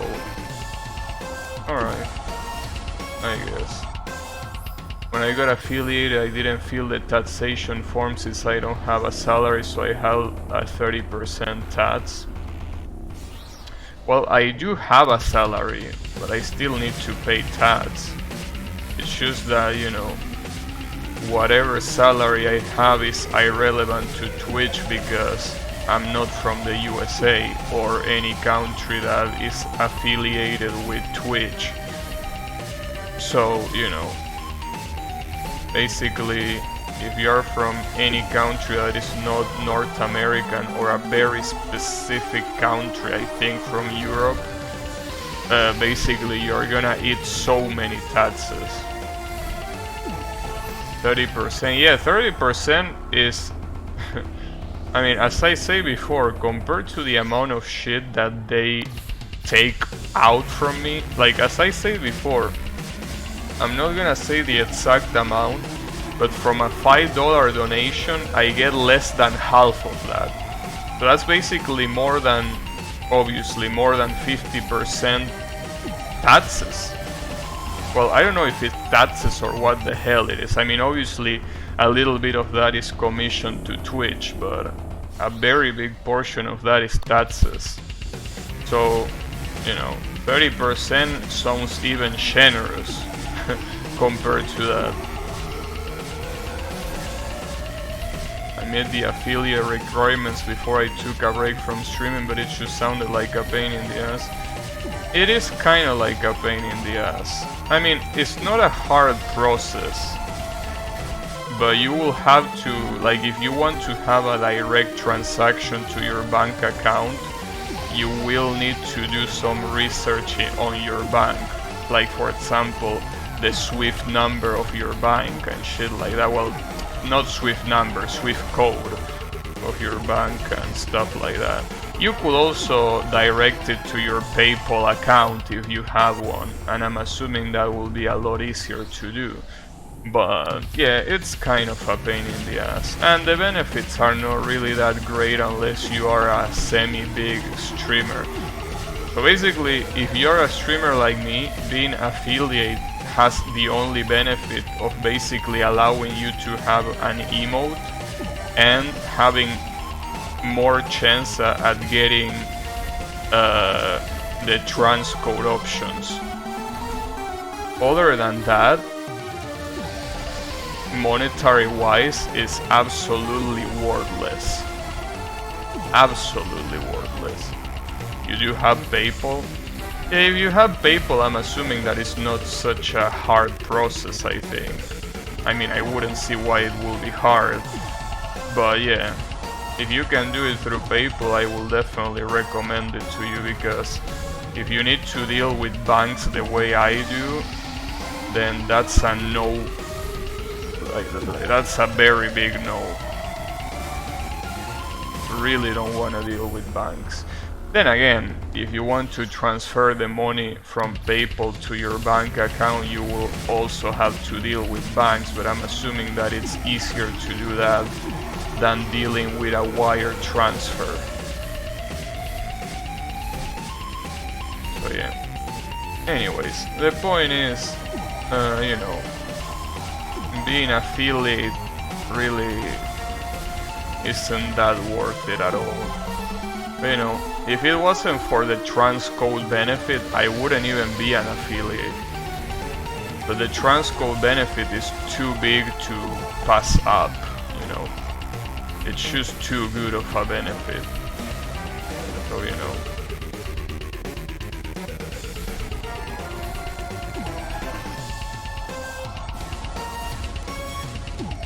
I mean, not just for people that Yannick that have a really shitty CPU and they need transcode. There are people that even when they have a good internet connection, you know, Twitch buffers so much when you don't have more resolution options. I'm one of those people, by the way. I don't know if it's because of my ISP or because of Twitch, but if I don't watch on 480p, the stream buffers a lot. In fact, I'm pretty sure that maybe for a lot of you, the stream is gonna buffer right now, since today I wasn't lucky enough to get the transcode options. So, you know, it really sucks, but it's something that I feel that is pretty necessary.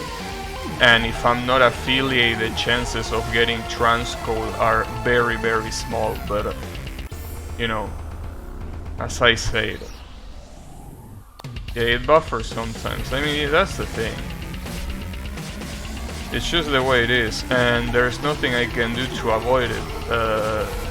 You know, well, yeah, I could stream a lower bitrate, but then the game would look like shit. See, that's something that I always mention, and how Twitch is really fucked up for new streamers.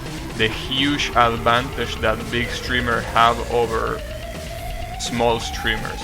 It's not just a matter of popularity, it's a matter of quality. If you're a small streamer, you can make streams that are as big quality as the big streamers, and that's because of Twitch, not because of me. So it really sucks, but you know, again, I can't do anything about it other than, you know, cry about it, right? Had to leave last time because it buffered too much. It was the same on every stream though. Yeah, it's been happening on Twitch to me too lately. If I don't watch on 480p, it will buffer. And again, I know that this stream doesn't have that option today, and that really sucks, but again, I really can't do anything. If I were to decrease the bitrate, the game will look like absolute shit. And I don't really want that, especially, I mean, if I didn't upload this later to YouTube, I probably wouldn't care too much, because after all, I mean, if nobody can watch this, what's the point? But since I do upload it to YouTube, you know, wow. Since I do upload it to YouTube, it's pretty important to have something that looks good, you know. Yeah, you know, each day that passes, more and more I really want to switch to YouTube, but I know that, again, it's more of a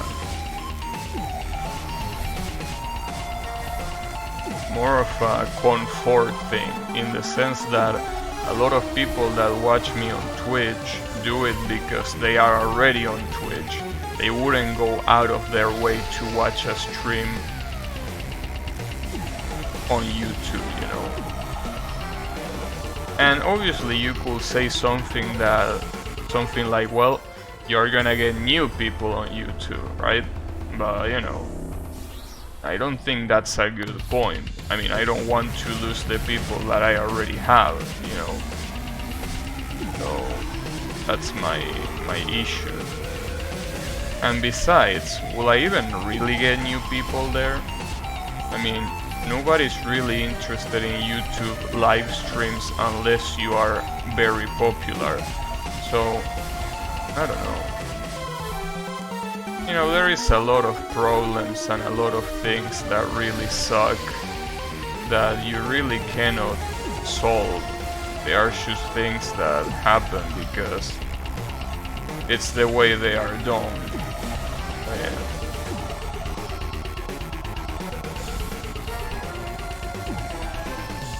As Justin Timberlake said, "Cry me a river." Well, I think it was Justin Timberlake, right? Was it him? I think it was him. Hey, Fruitless Wasabi, thanks for for the raid. I'm here tryharding this boss for a long time now. I can tell you that it's quite the boss. Unfortunately, I got really close to beating it, but it wasn't enough. Probably, you know, a couple of hits, it would have been enough, but it wasn't enough. It's alright. It pisses me off because I could just stop wasting time with this boss if I had beaten it there, but... Yeah, I did get the raid. It say you were offline when you came here? Huh. That's weird. No, I did get the raid. Can you listen to me? Like, are you able to listen to my voice right now? Because if you are, let me tell you, you can see the stream, okay. No, I don't know why it say that it was offline, but I basically been online for almost 2 hours, so don't worry about it. Your raid came successfully. Now that's probably Twitch just being Twitch. I mean, we were just talking about how badly Twitch runs for a lot of people, so things like that are sadly becoming quite common nowadays. Twitch is destroying some pretty basic functionalities lately. So, you know.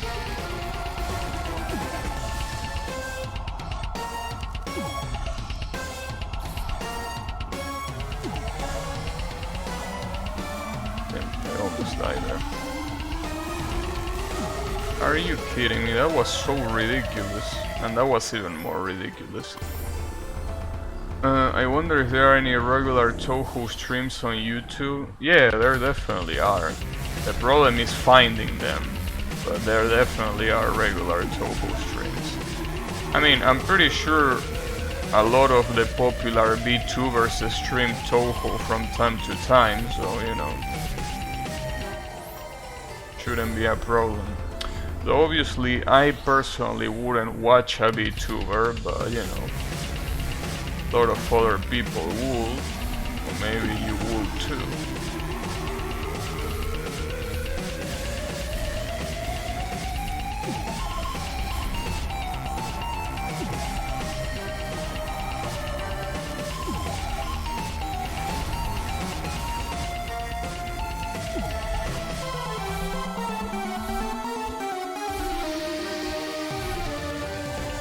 Don't really watch VTubers? Yeah, me neither. Well, I don't really watch too many people anyways. As I say multiple times, I only watch Ares and some racing simulator players. That's all I watch. And you know, occasionally maybe some person playing a fighting game. But that's becoming rarer because fighting games are fucking dead.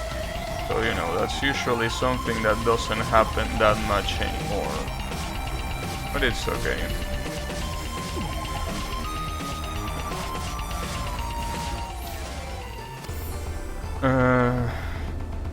Including this new fighting game, Guilty Gear Strive. Yeah, I really can't think positively of that game.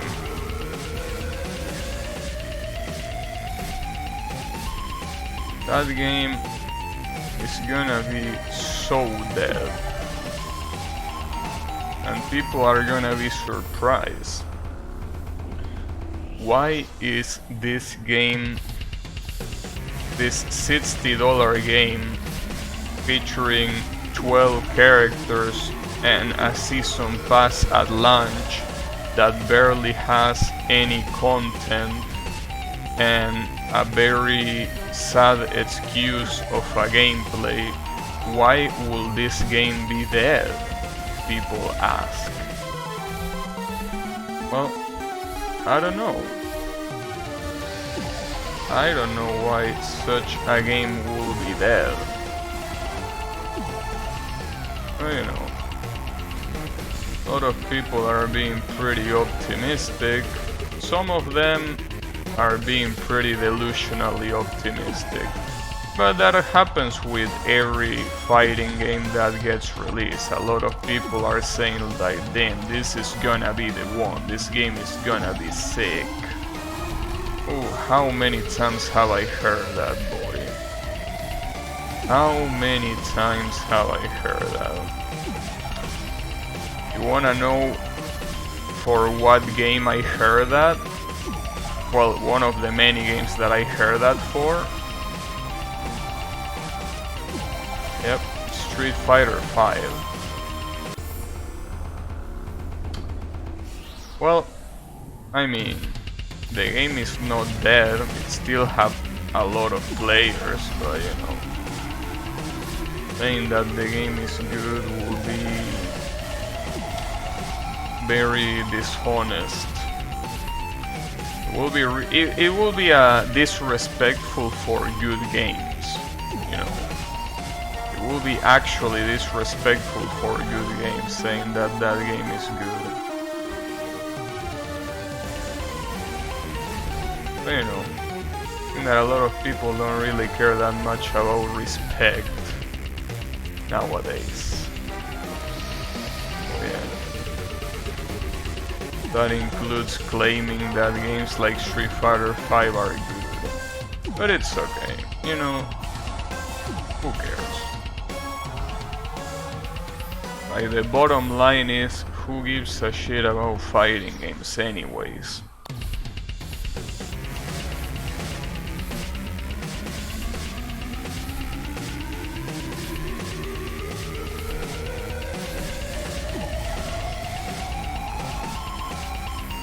You know. And maybe the Riot fighting game will actually be popular. Yeah, that's what a lot of people like to say, but you shouldn't fool yourself with that. See, the thing is, fighting games are destined to be in a niche genre. It doesn't matter if it's Riot the one making it, or if it is Disney, or if it is Amazon the one making the game. It's gonna suck, or rather, maybe it's not gonna suck, but it's not gonna be popular. Which shouldn't be a problem, because no fighting game is popular. But the thing is, think about it, right?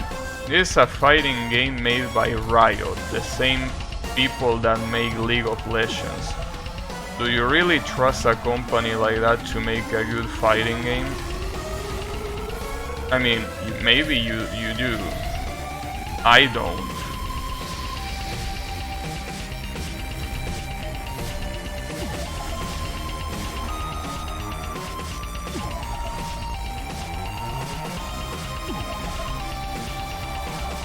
But then when you think about it, what company nowadays can do a good fighting game?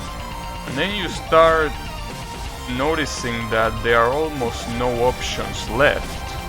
That you can say a lot of names, but those names really are not names that you could say that they really make good fighting games nowadays. Capcom obviously being the best example, so, you know, it's a shame.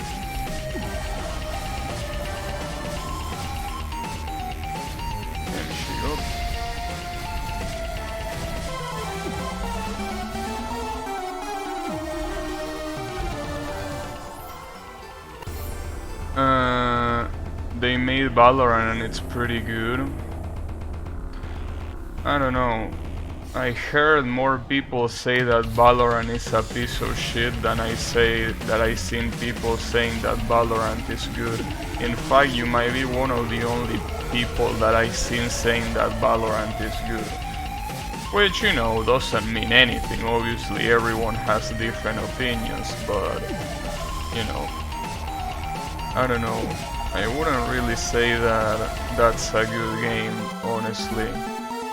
Besides, you gotta understand that even if it is a good game, fighting games are a different thing altogether. Like, fighting games are not something that can be balanced like an FPS game or a MOBA game, you know? It's something that it's its own thing. And it requires a lot of effort to do such a thing. Obviously, I'm not saying that League of Legends or Valorant don't require effort to balance, but I'm just saying that a fighting game probably requires way more effort and for less reward. So that's another thing that you have to take into account. A lot of these companies, are they really interested in spending so much time and money into pretty much what it is a dead genre that will not give them any good profits? What's more dead, fighting games or shoot 'em ups? Nah, definitely shoot 'em ups. That's not even a contest. One of those have been alive to begin with. I mean, shoot 'em ups were alive in the 80s, 90s. Just like fighting games, just like any other arcade genre. But you know, when arcades died, the genre died. What a shocker, right?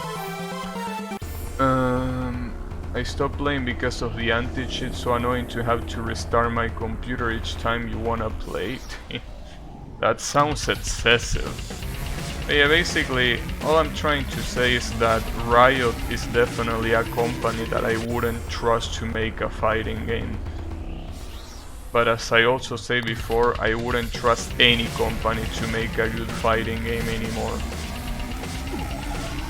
There is just no company left that knows how to make a good fighting game. Capcom doesn't. Arc System War clearly doesn't. SNK, a lot of people are gonna say that the KOF 14 and the new KOF are good.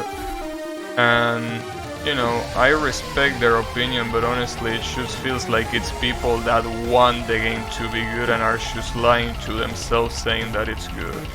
Which, it's fine, I mean, I also would love KOF to be good, but I mean, people don't give a shit about 14. In fact, people only give a shit about 2002 and 98. So, yeah. And then what other company do you have? Iron Galaxy, the one making Killer Instinct? Yeah, definitely not. Shoot 'em ups are sort of alive in Japan. So are fighting games. The company that made Genshin Impact made a game that also had... Yeah, I know that. You don't need to mention that every time someone mentions the Ring Zero anti-cheat, dude. I know, I understand. I know, it's called Honkai Impact. I know. I also know that Genshin Impact has some predatory practices in terms of hardware. I also know.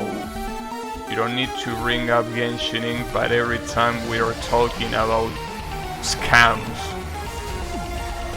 I know it's a scam, you don't need to tell me.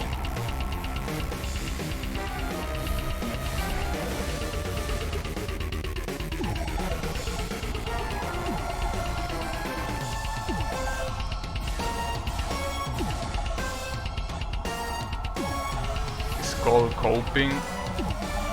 Yeah, I will say, I mean, I don't like using that word, but honestly, it does seem like people that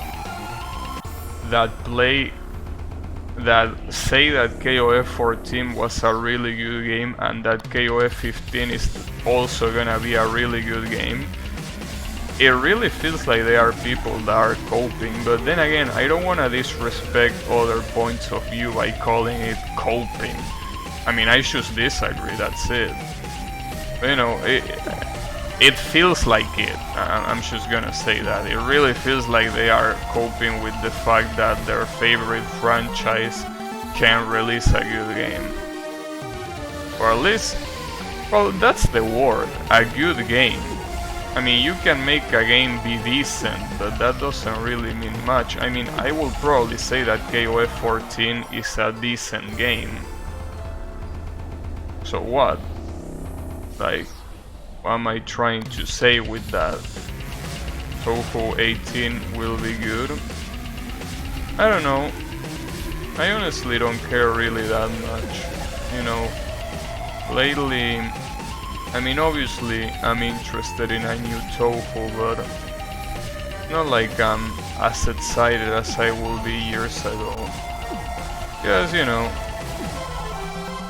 it's not like I dislike the latest Touhou entries, it's just that games like Touhou 16 and Touhou 17 are games that, you know, regardless of how they are, there is a lot of things pointing out to the fact that Sun doesn't give a shit anymore. So, you know, it's a little bit depressing to think about that, but you know, it's alright. I mean, after all, I'm still gonna play it when it eventually comes out. Also, did I say hi, small Zcat? Well, if I didn't, hi, how is it going? I don't remember, honestly. Am I really gonna summon a portal there? Well, that's bad. Yeah, summoning a portal there. Basically, see, this is what I was talking about. This combination of portal makes the fight almost impossible to beat. So if you're unlucky enough to get that, you better reset. Well, not like you really need to reset, considering that you're gonna get almost immediately killed 10 seconds after that anyway, so you know. As a score player, I have my right to bash on Touhou 17. But yeah, you know, it's alright. I mean, it's not like you can be interested in something for the rest of your life. I mean, you can, but more times than not, it just doesn't happen, you know. Keeping your interest alive in some specific thing for so long is definitely something that is not easy to do at all. So, you know.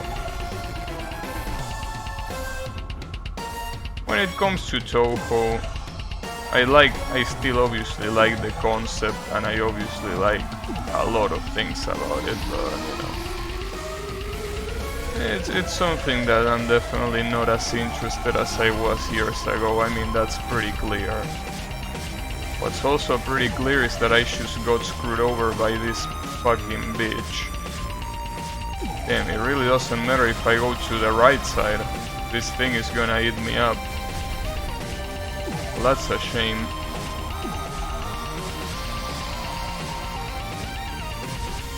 Damn, I almost died. That costed me a hit.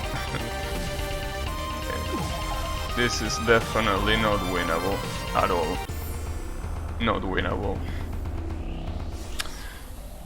Man.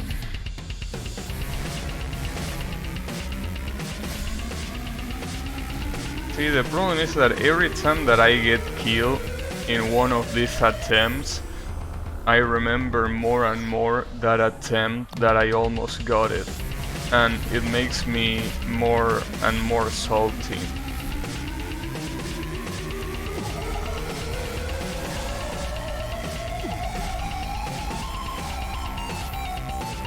But yeah.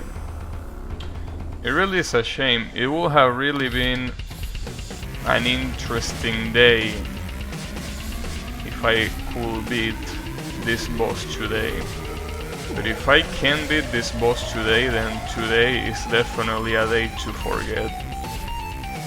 Today has been such a, you know, empty day that if it wasn't there, it really would have been better. But you know, it's okay.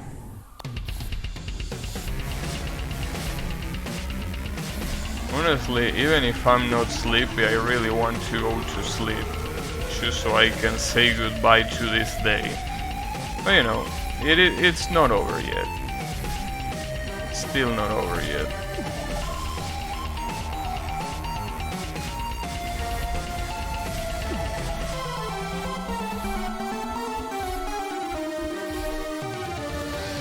Maybe we will get this.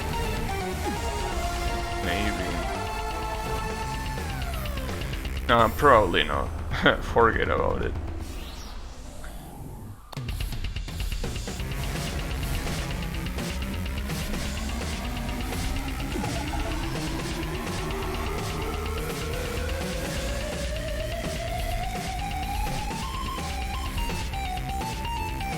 Maybe I just need to focus more. I don't like focusing too much because when I focus too much, I obviously need to stop talking. Because if I keep talking, it's pretty clear that some of my focus is gonna go to my speech. Even if what I say is nothing smart or important, you still need to spend quite some focus when you talk, you know. It's not a free action.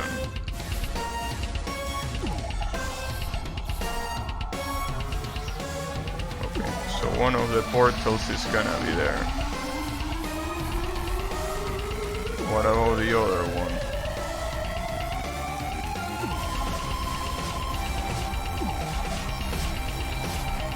There. Okay, so that means that it might be a better idea to go to the right. I mean, barely a better idea, but I think it's better than going to the left. Well, if I run out of platforms like that, I guess not. And that's ridiculous, dude. Running out of platforms and also have the black holes spread out like that. That's just stupid.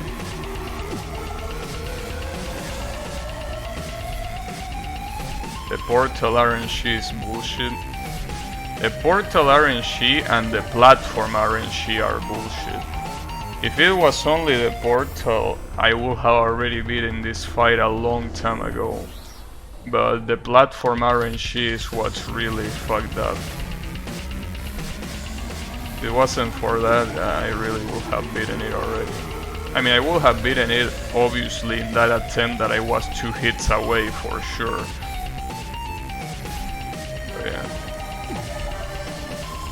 It's what I say, and it's the reason why it hurts so much when you are so close to winning and you don't. Because it's not as simple as trying again. You have to try again and also get a run that is as lucky as that one. Which is why it just hurts so much to lose when you have only 2 hits remaining, you know. And the worst part is that, just like how it happened with Miyogi, I might be stuck against this boss for a very, very long time because of that. Like, if only I could have gotten 5 more seconds on that attempt, I wouldn't need to waste any more time. But yeah, I mean, I know that I don't have to think about it that way, but it's really hard not to. Really hard not to think that if I could have done it in that attempt, I will be free from this shit fight already. You know. But whatever. As I said before, the only thing you can do is cry about it. And that's not gonna solve anything, so, you know.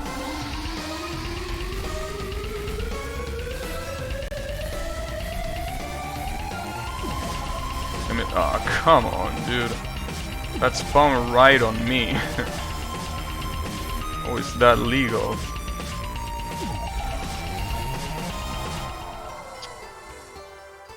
And the worst part is that I'm pretty sure I got very lucky there because she spawned the portal on the right. But I got unlucky when they you know, make those platforms fall.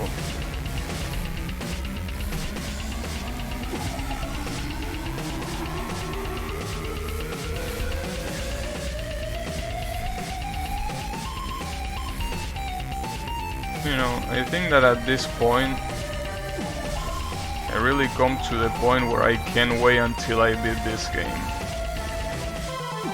And again, thankfully, no matter what happens, I am gonna take a break from the game in a couple days. So, you know, it's not like I'm too worried about it, but, you know, it still will be nice if I could at least beat this fight before that happens. Because otherwise that will mean that I have to train a lot again just to get to the level that I'm getting now, which isn't that high in the first place, but I mean, it's still a lot of time that I will need to spend just to, you know, be able to match the amount of practice that I have now. See, for example, this is the thing. This is a really good run because she decided to summon both portals on the same side, which means that it's gonna be a lot easier to deal with them. But that doesn't mean much because obviously that's not the only horseshit that she has.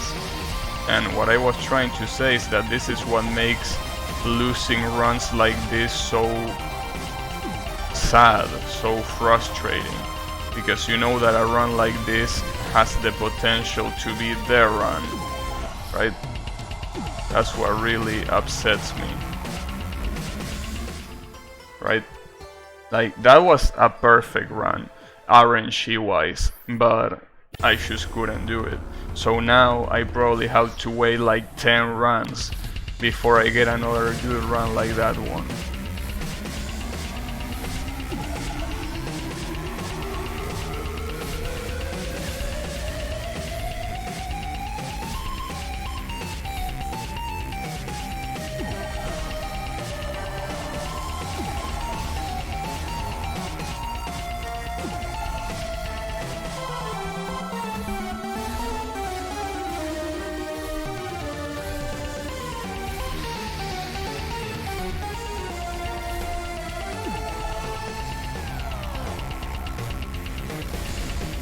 Can't believe you're grinding RNG.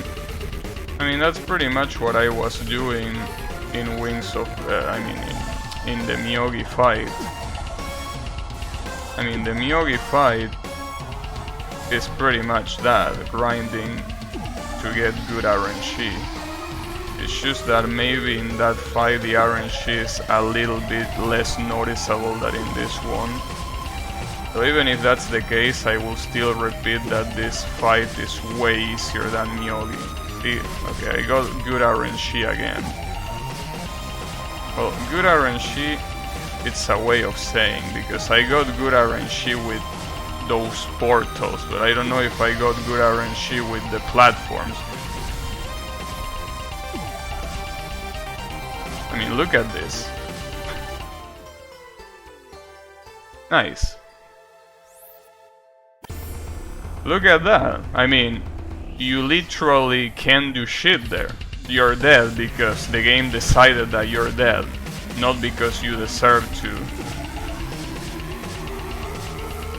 Yeah, this is the run. Sure.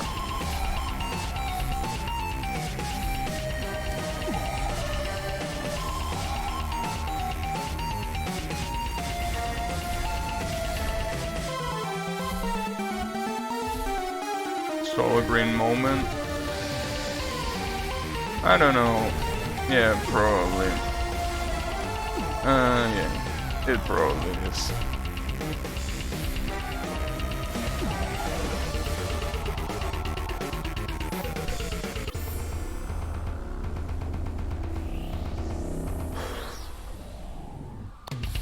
Just keep it cool.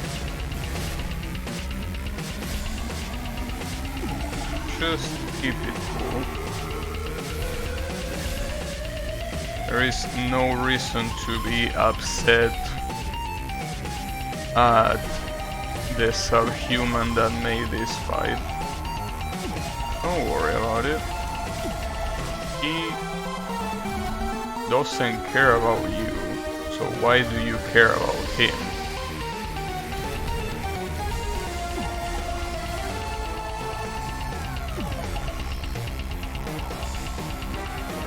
No reason to be upset. Absolutely no reason.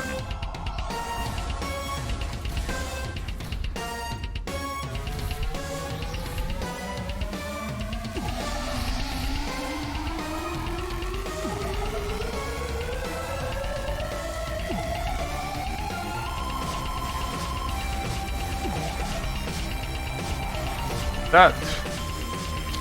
Alright.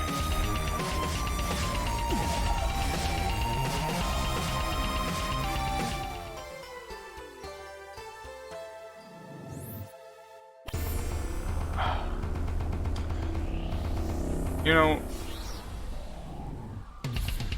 did I say that I hate this game? More importantly, did I say that I hate Solgreen? Yeah, I think I did.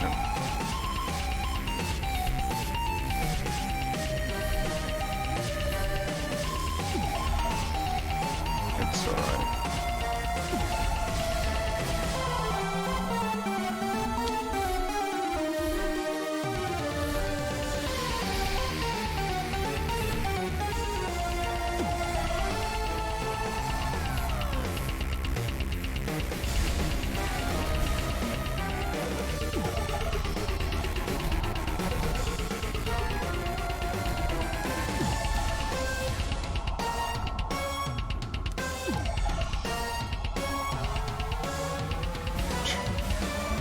Alright, well that works. But unfortunately being 2 hit aways and she's not even halfway through is definitely not a good signal.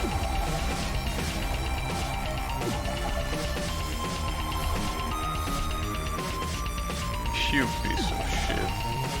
You absolute fucking bitch.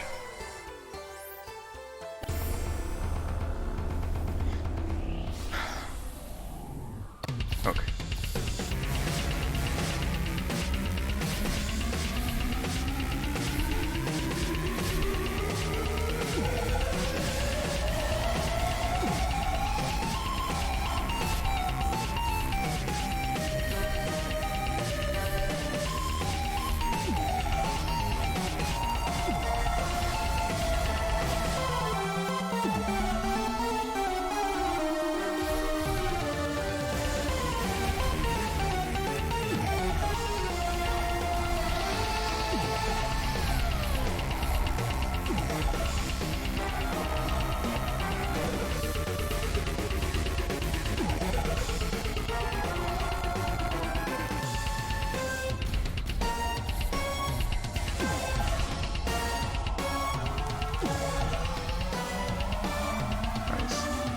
I like how when you are out of screen it really becomes a matter of guessing which side you should dodge to. Because you can see. You just can see at some point.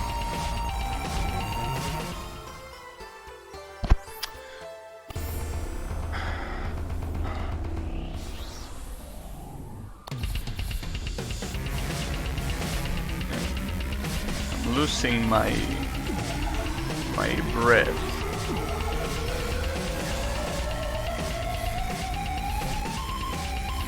Yeah, no, we are not Touhou 17. But you know.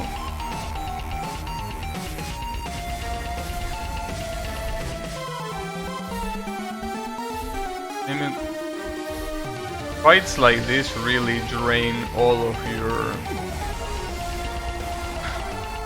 your energy. And I'm not sleepy. Like, unlike yesterday, I'm not sleepy today, but I really feel out of energy. As I say before, it doesn't help that today was such a fucking shitty ass day. Oh, you know. It's like the equivalent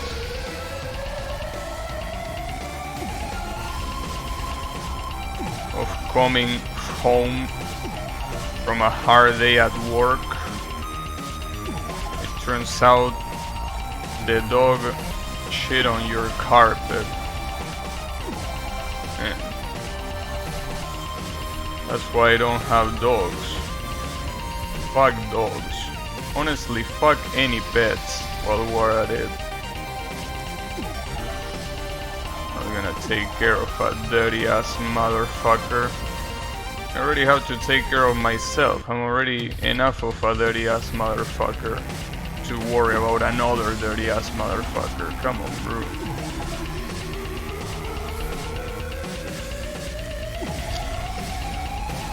that's beautiful. Last stream you say to remind you to test a mic. Yeah, that's basically what I'm doing right now. See this little thing coming out of the headset? That's the mic that I'm testing. Does it sound fine to you? Because if it sounds fine to you, then the test was a success.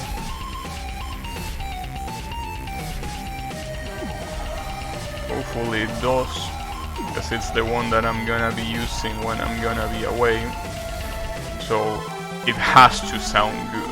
There is no other option. It's good, nice. I started practicing the electronic keyboard today. Do you have an electronic keyboard? That's pretty tight.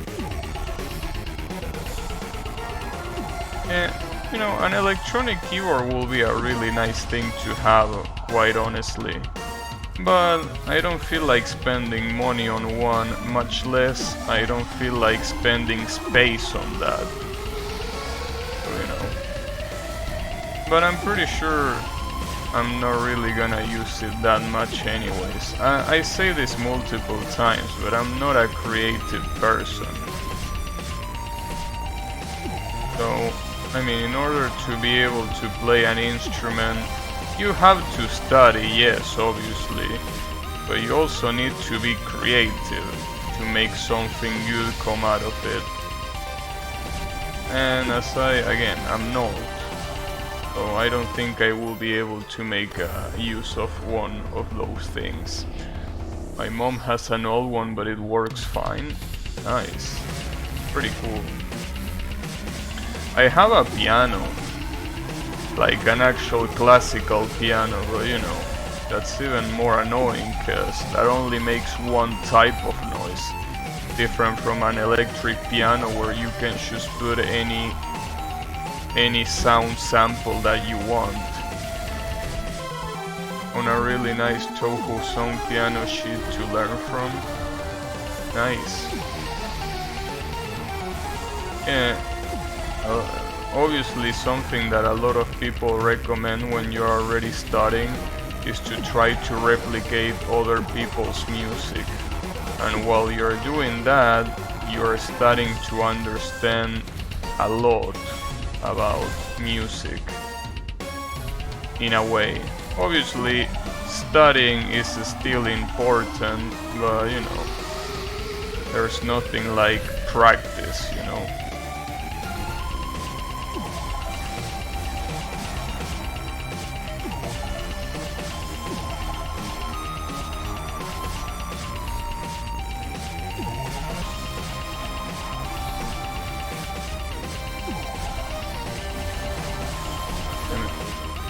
Oh, come on, that drift was so stupid, dude. Who you think you are, Akinas 86, you piece of shit? Imperishable Night Stage 1. Yeah, that sounds like a good idea. Seems like a slow enough melody to be able to practice as a beginner. So yeah, good choice. I mean, obviously it will be insane to start trying with, I don't know, Voyager 1969, right? Or something like UFO Stage 1, which are really, really fast songs. That will be insane. So yeah, Imperishable Night Stage 1 is it's definitely a good choice.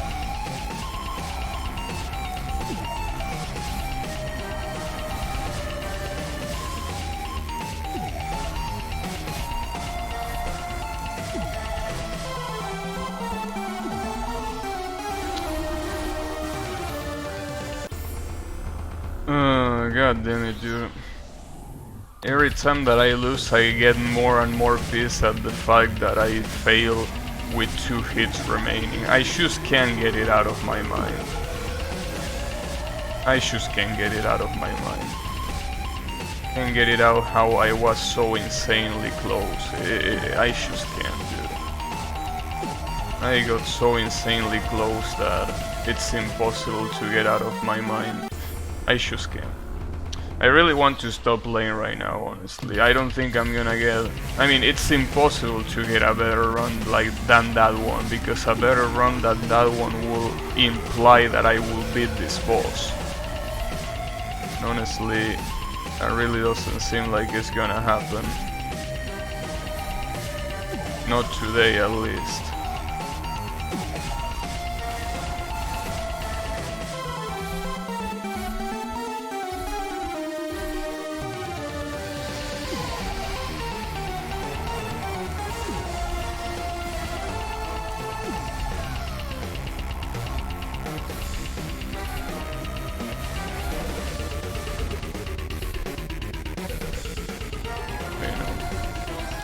I don't really think it's PTSD, it's more of the fact that, you know, I don't know how to explain it, but basically, it's just one of those things where you're constantly thinking, damn, how much time will I be able to stop wasting if I was able to get that one, right? I guess you can call it PTSD in a way. I think you can.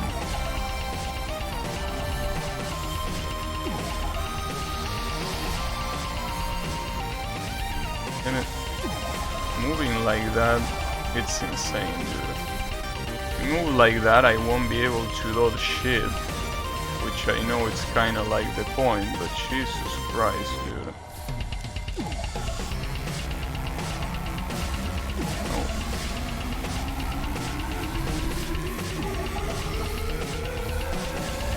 Damn, I don't like how big those portals are getting. I definitely don't like that.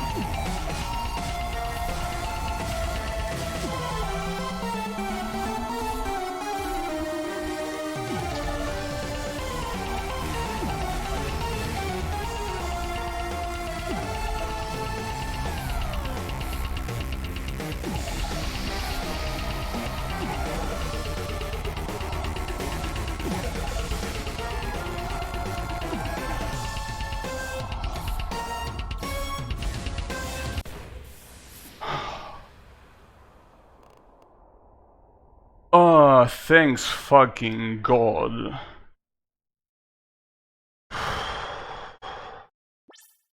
What do you mean by nice try? Yeah, Amethyst, get her.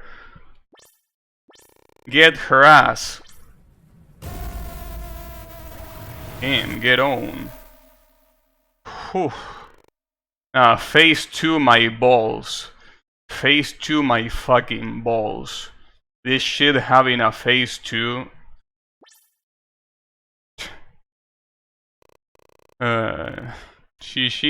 Thanks.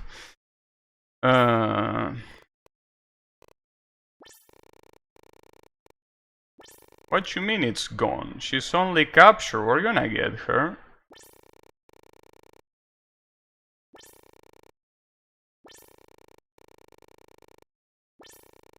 Yeah, we have to go with Shehol.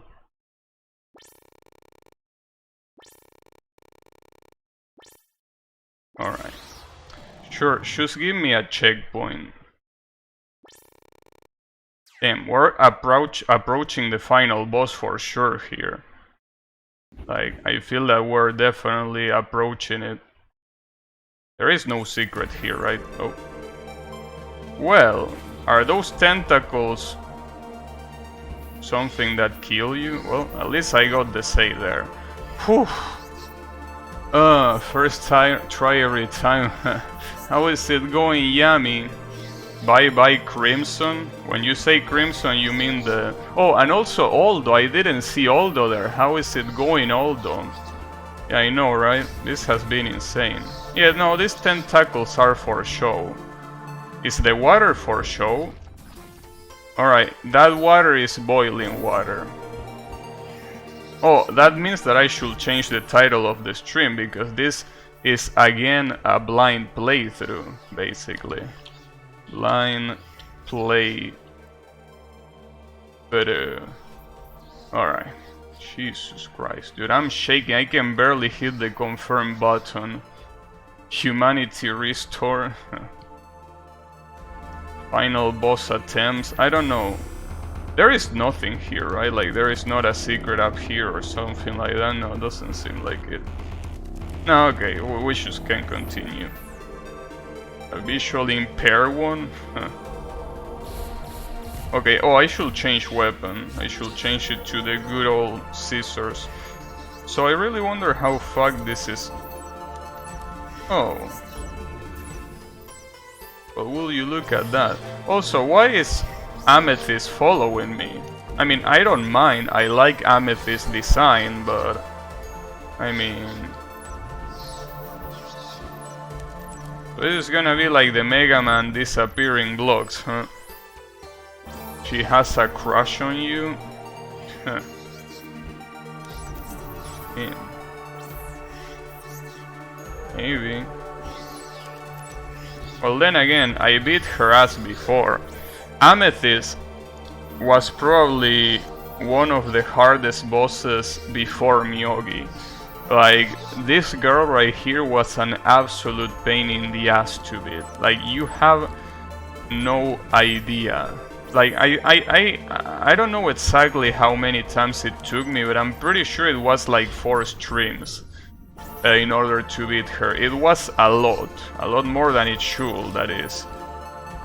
So yeah, you know, basically what I'm trying to say is, yeah, I wouldn't want to fight her again.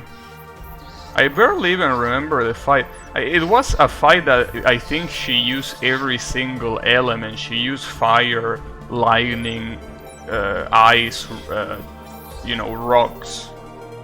She used a lot of shit. It was such a pain in the ass, dude. You know, the more I remember it, the more I don't want to repeat it. Jesus Christ, that fight was something else. But then again, I can say that about pretty much any fight, any boss fight in this game. Any boss fight in this game is it's just something else. I mean, I feel like every boss fight in this game, at least in demon mode, will be its own game. You know, there are some Steam games, or well, doesn't have to be Steam in particular, but there are a lot of games that don't last as long as these fucking boss fights. Like, there are Steam games that are over in 3 hours. 3 hours is the minimum that I have to spend in these bosses. So this could be, really, each boss could be its own game. I don't know if that's a good thing or not, honestly. I can't figure it out. Anyways, don't let this distract you from the fact that fuck Solgreen, you know? You might think that I'm gonna give him a break, but no, fuck him. Okay, what the hell is this? Can I even jump? I'm gonna hit the spikes there. Oh well, with flutter. I'm assuming I need to flutter there. But yeah. Any case, Solgreen, fuck you.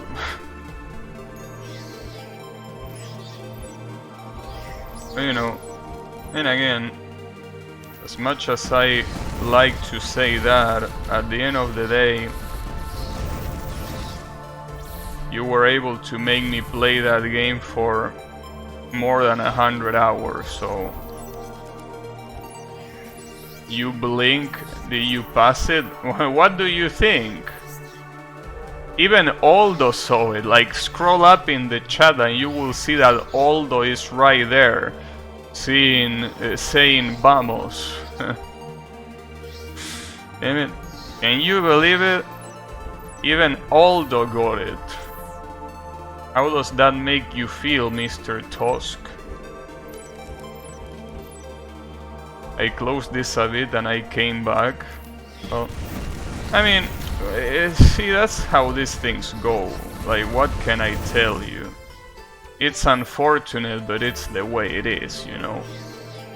These things start and are over very quickly. Hey Mr. Emmy, how is it going? What is DST? I don't remember that acronym. Will you fill me in?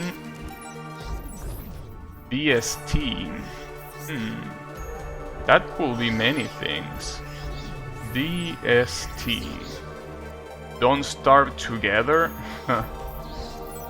Nah, I don't like Don't Starve. But you know, thanks for the recommendation. I mean, you know, it's just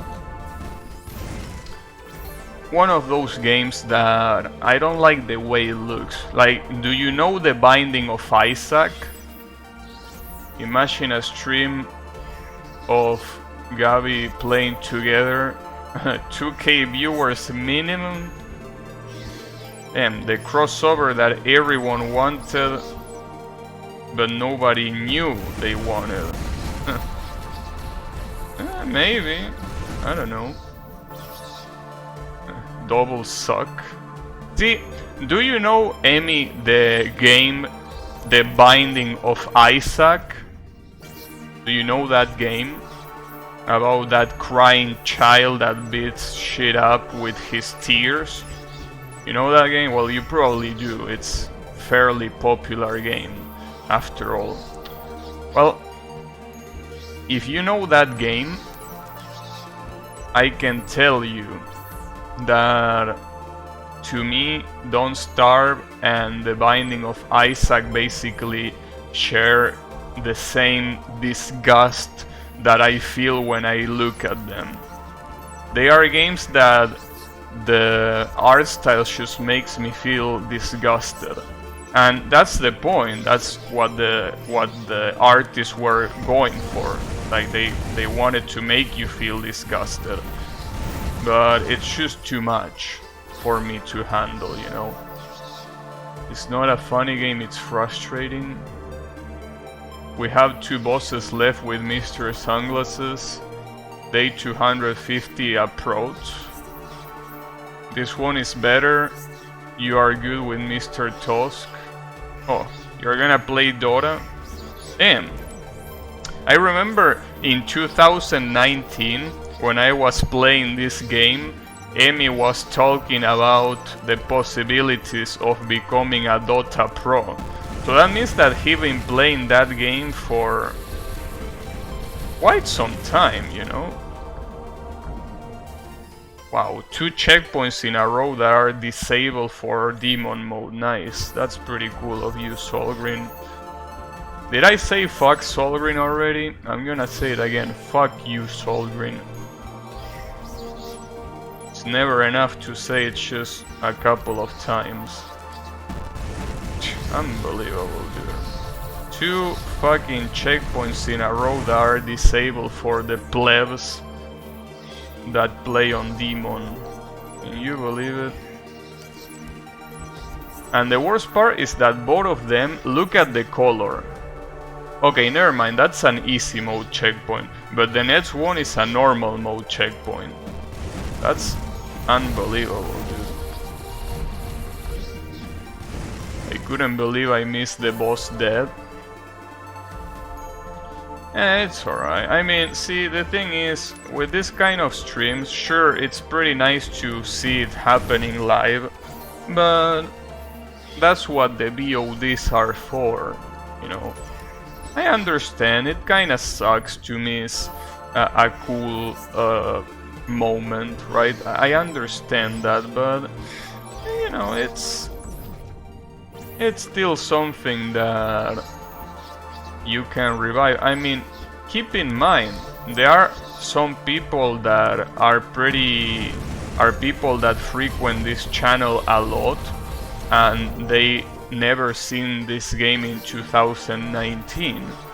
But that doesn't matter, because it's available to them at any time, both on YouTube and here.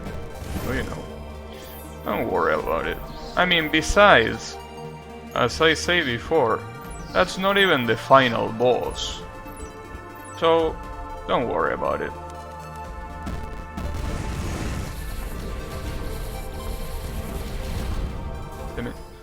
You need to step back and realize that you're caring about Gabby's progress. See, but here's the thing, Yami. Differently from you, usually people that watch me here like the stream. I know that you are an exception, but usually people that are here because they like what they see. And I'm not talking about my pretty face, precisely. But you know, you gotta understand, Yami, that you are the exception. But it's alright, don't worry about it.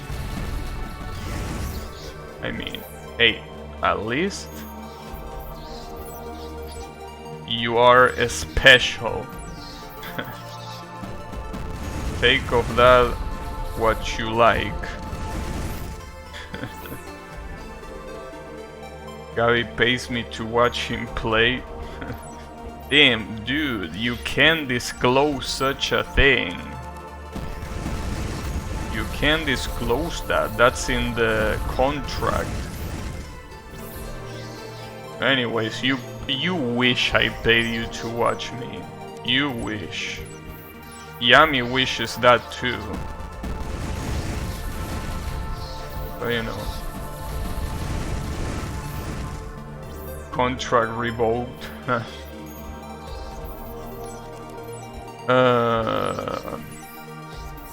I mean, it's alright. Well,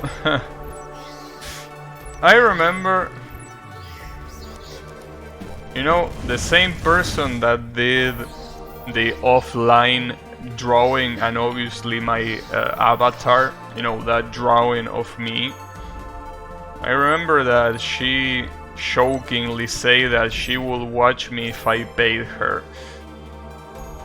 But you know, to this day I don't know if she was kidding or not. Because, you know, she probably wasn't kidding. Anyways, the point is that yeah, that didn't happen, so that's why you don't see her around. But, you know, she still has the privilege of being my third follower, I guess. So, I don't know if I should view that as something very important, considering that the first 2 followers are people that never watch the stream, and the only reason that they follow is because back then I was a bot in Osu that helped people fetch maps in their chat. Obviously those people should follow because of that. So technically you could say that she's the first real follower. So good shit. I drew the other one, the one that seems that is draining your life. Yeah, a lot of people like that one. A lot of people, I mean, I remember that when I took that drawing away to replace it for a Toho logo, people here were telling me, hey, where is that drawing, dude? Why did you take it off? I was like, alright, I'm not gonna take it off, okay? I'm gonna leave it there. Can't believe Gabby's first follower is a girl. Yeah. You Shelly? You Shelly Brew? Troll face? You know. I mean, she was a co-worker. Not anymore though, she quit the company a long time ago. Gabby gets all the ladies? Yeah. Surely I do. Yeah, even Yami. You know, there was a point where I thought that Yami was a girl. And honestly, sometimes I still think that. You know. I mean, see, the thing is, he's too much of a tsundere to not be a girl. I mean, obviously I know that being a tsundere is not something that is exclusive to girls, but you know. But what is this? Oh, okay. Also, I just realized that Amethyst is helping me fight monsters. Interesting. And this really seems like it's gonna be Mega Man type of fuckery over here. Yeah, I knew that. I didn't know that though. Okay, left, right, right. Okay. Yeah, that was kinda obvious, but I still thought they wouldn't be that obvious. But yeah, they were obvious. My first follower, they let their Twitch. Damn. Yeah, no, she didn't delete it. So, you know, I could still... I mean, maybe if she comes here one of these days, I don't know. Maybe I could make her choose a game so that I don't play it after she chooses it, like pretty much every game that my chat chooses that then I decide to not play. Gabby was so happy he had a chance of getting some when he saw the color of my name. See, as you can see right here, you can tell Yami is doing something that is called, in his own words, projecting. I don't like using this argument, but I feel that this is a pretty good time to use it, you know.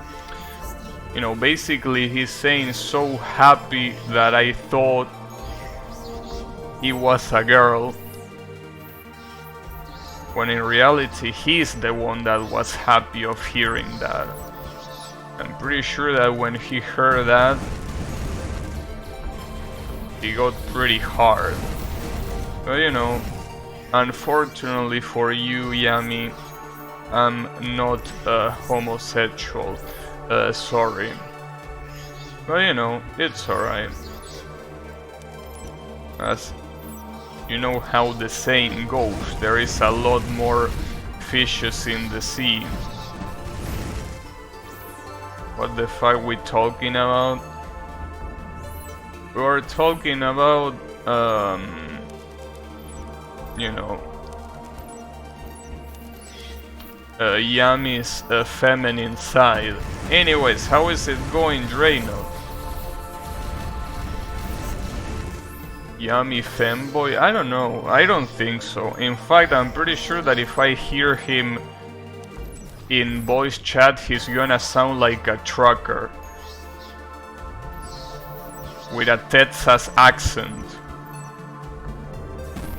Do you remember when that Willus guy used to come into your stream playing Wings of B? No. What Willus guy? Was there a Willus guy?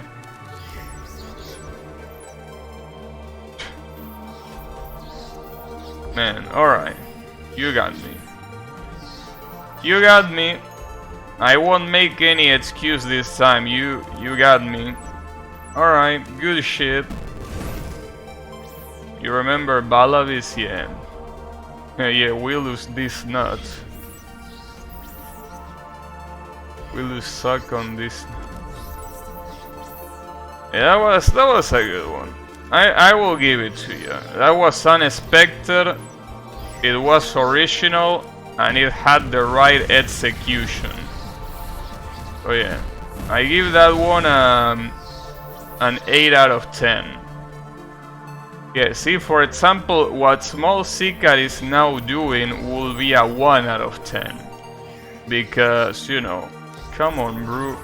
Do you really expect me to fall right as someone made me fall?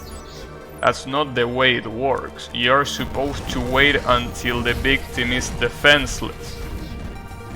I mean, remember Mario? You know, I'm actually curious about the answer, so I will say what Mario.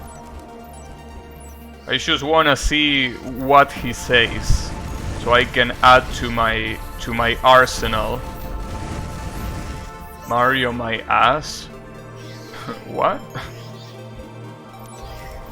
You mean Mario my ass? That doesn't make any sense. Mario my ass? The one that fuck up behind the closet? Huh. He make the Spanish joke. Good shit. You fucked up. You were the one that fucked up.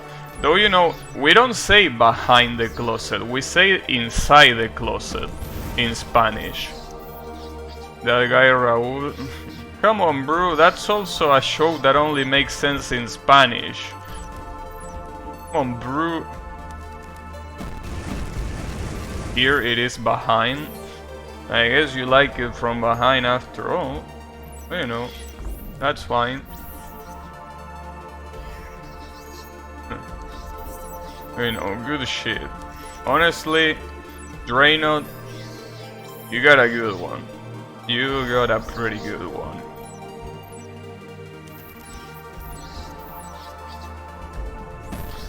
But, you know, today's stream will be end well. Yeah, that sentence is the one that will be end not well.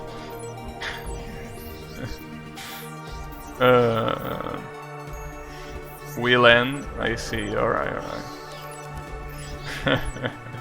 It's alright, bro. Don't worry. You almost got it. It's fine. You are an ESL after all, just like me. Those mistakes are common.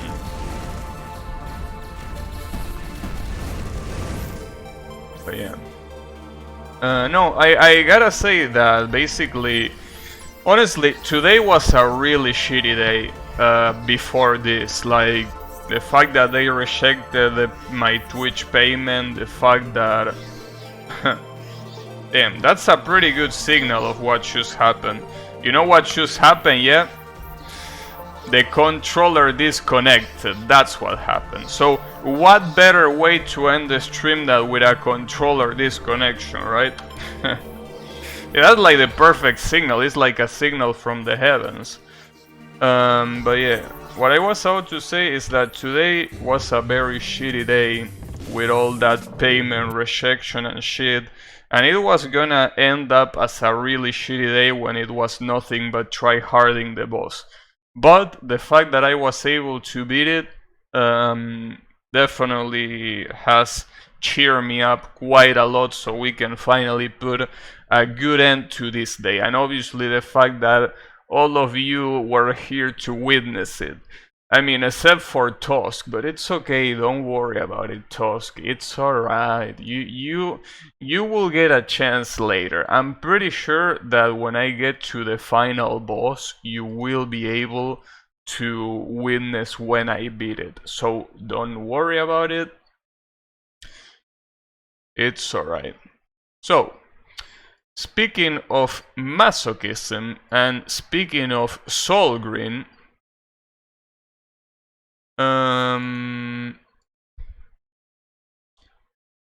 the problem is, yeah, as you say before, a lot of these streams buffer a lot. I mean, I know that my stream also buffers a lot, but it's really painful that Twitch is working so badly these days.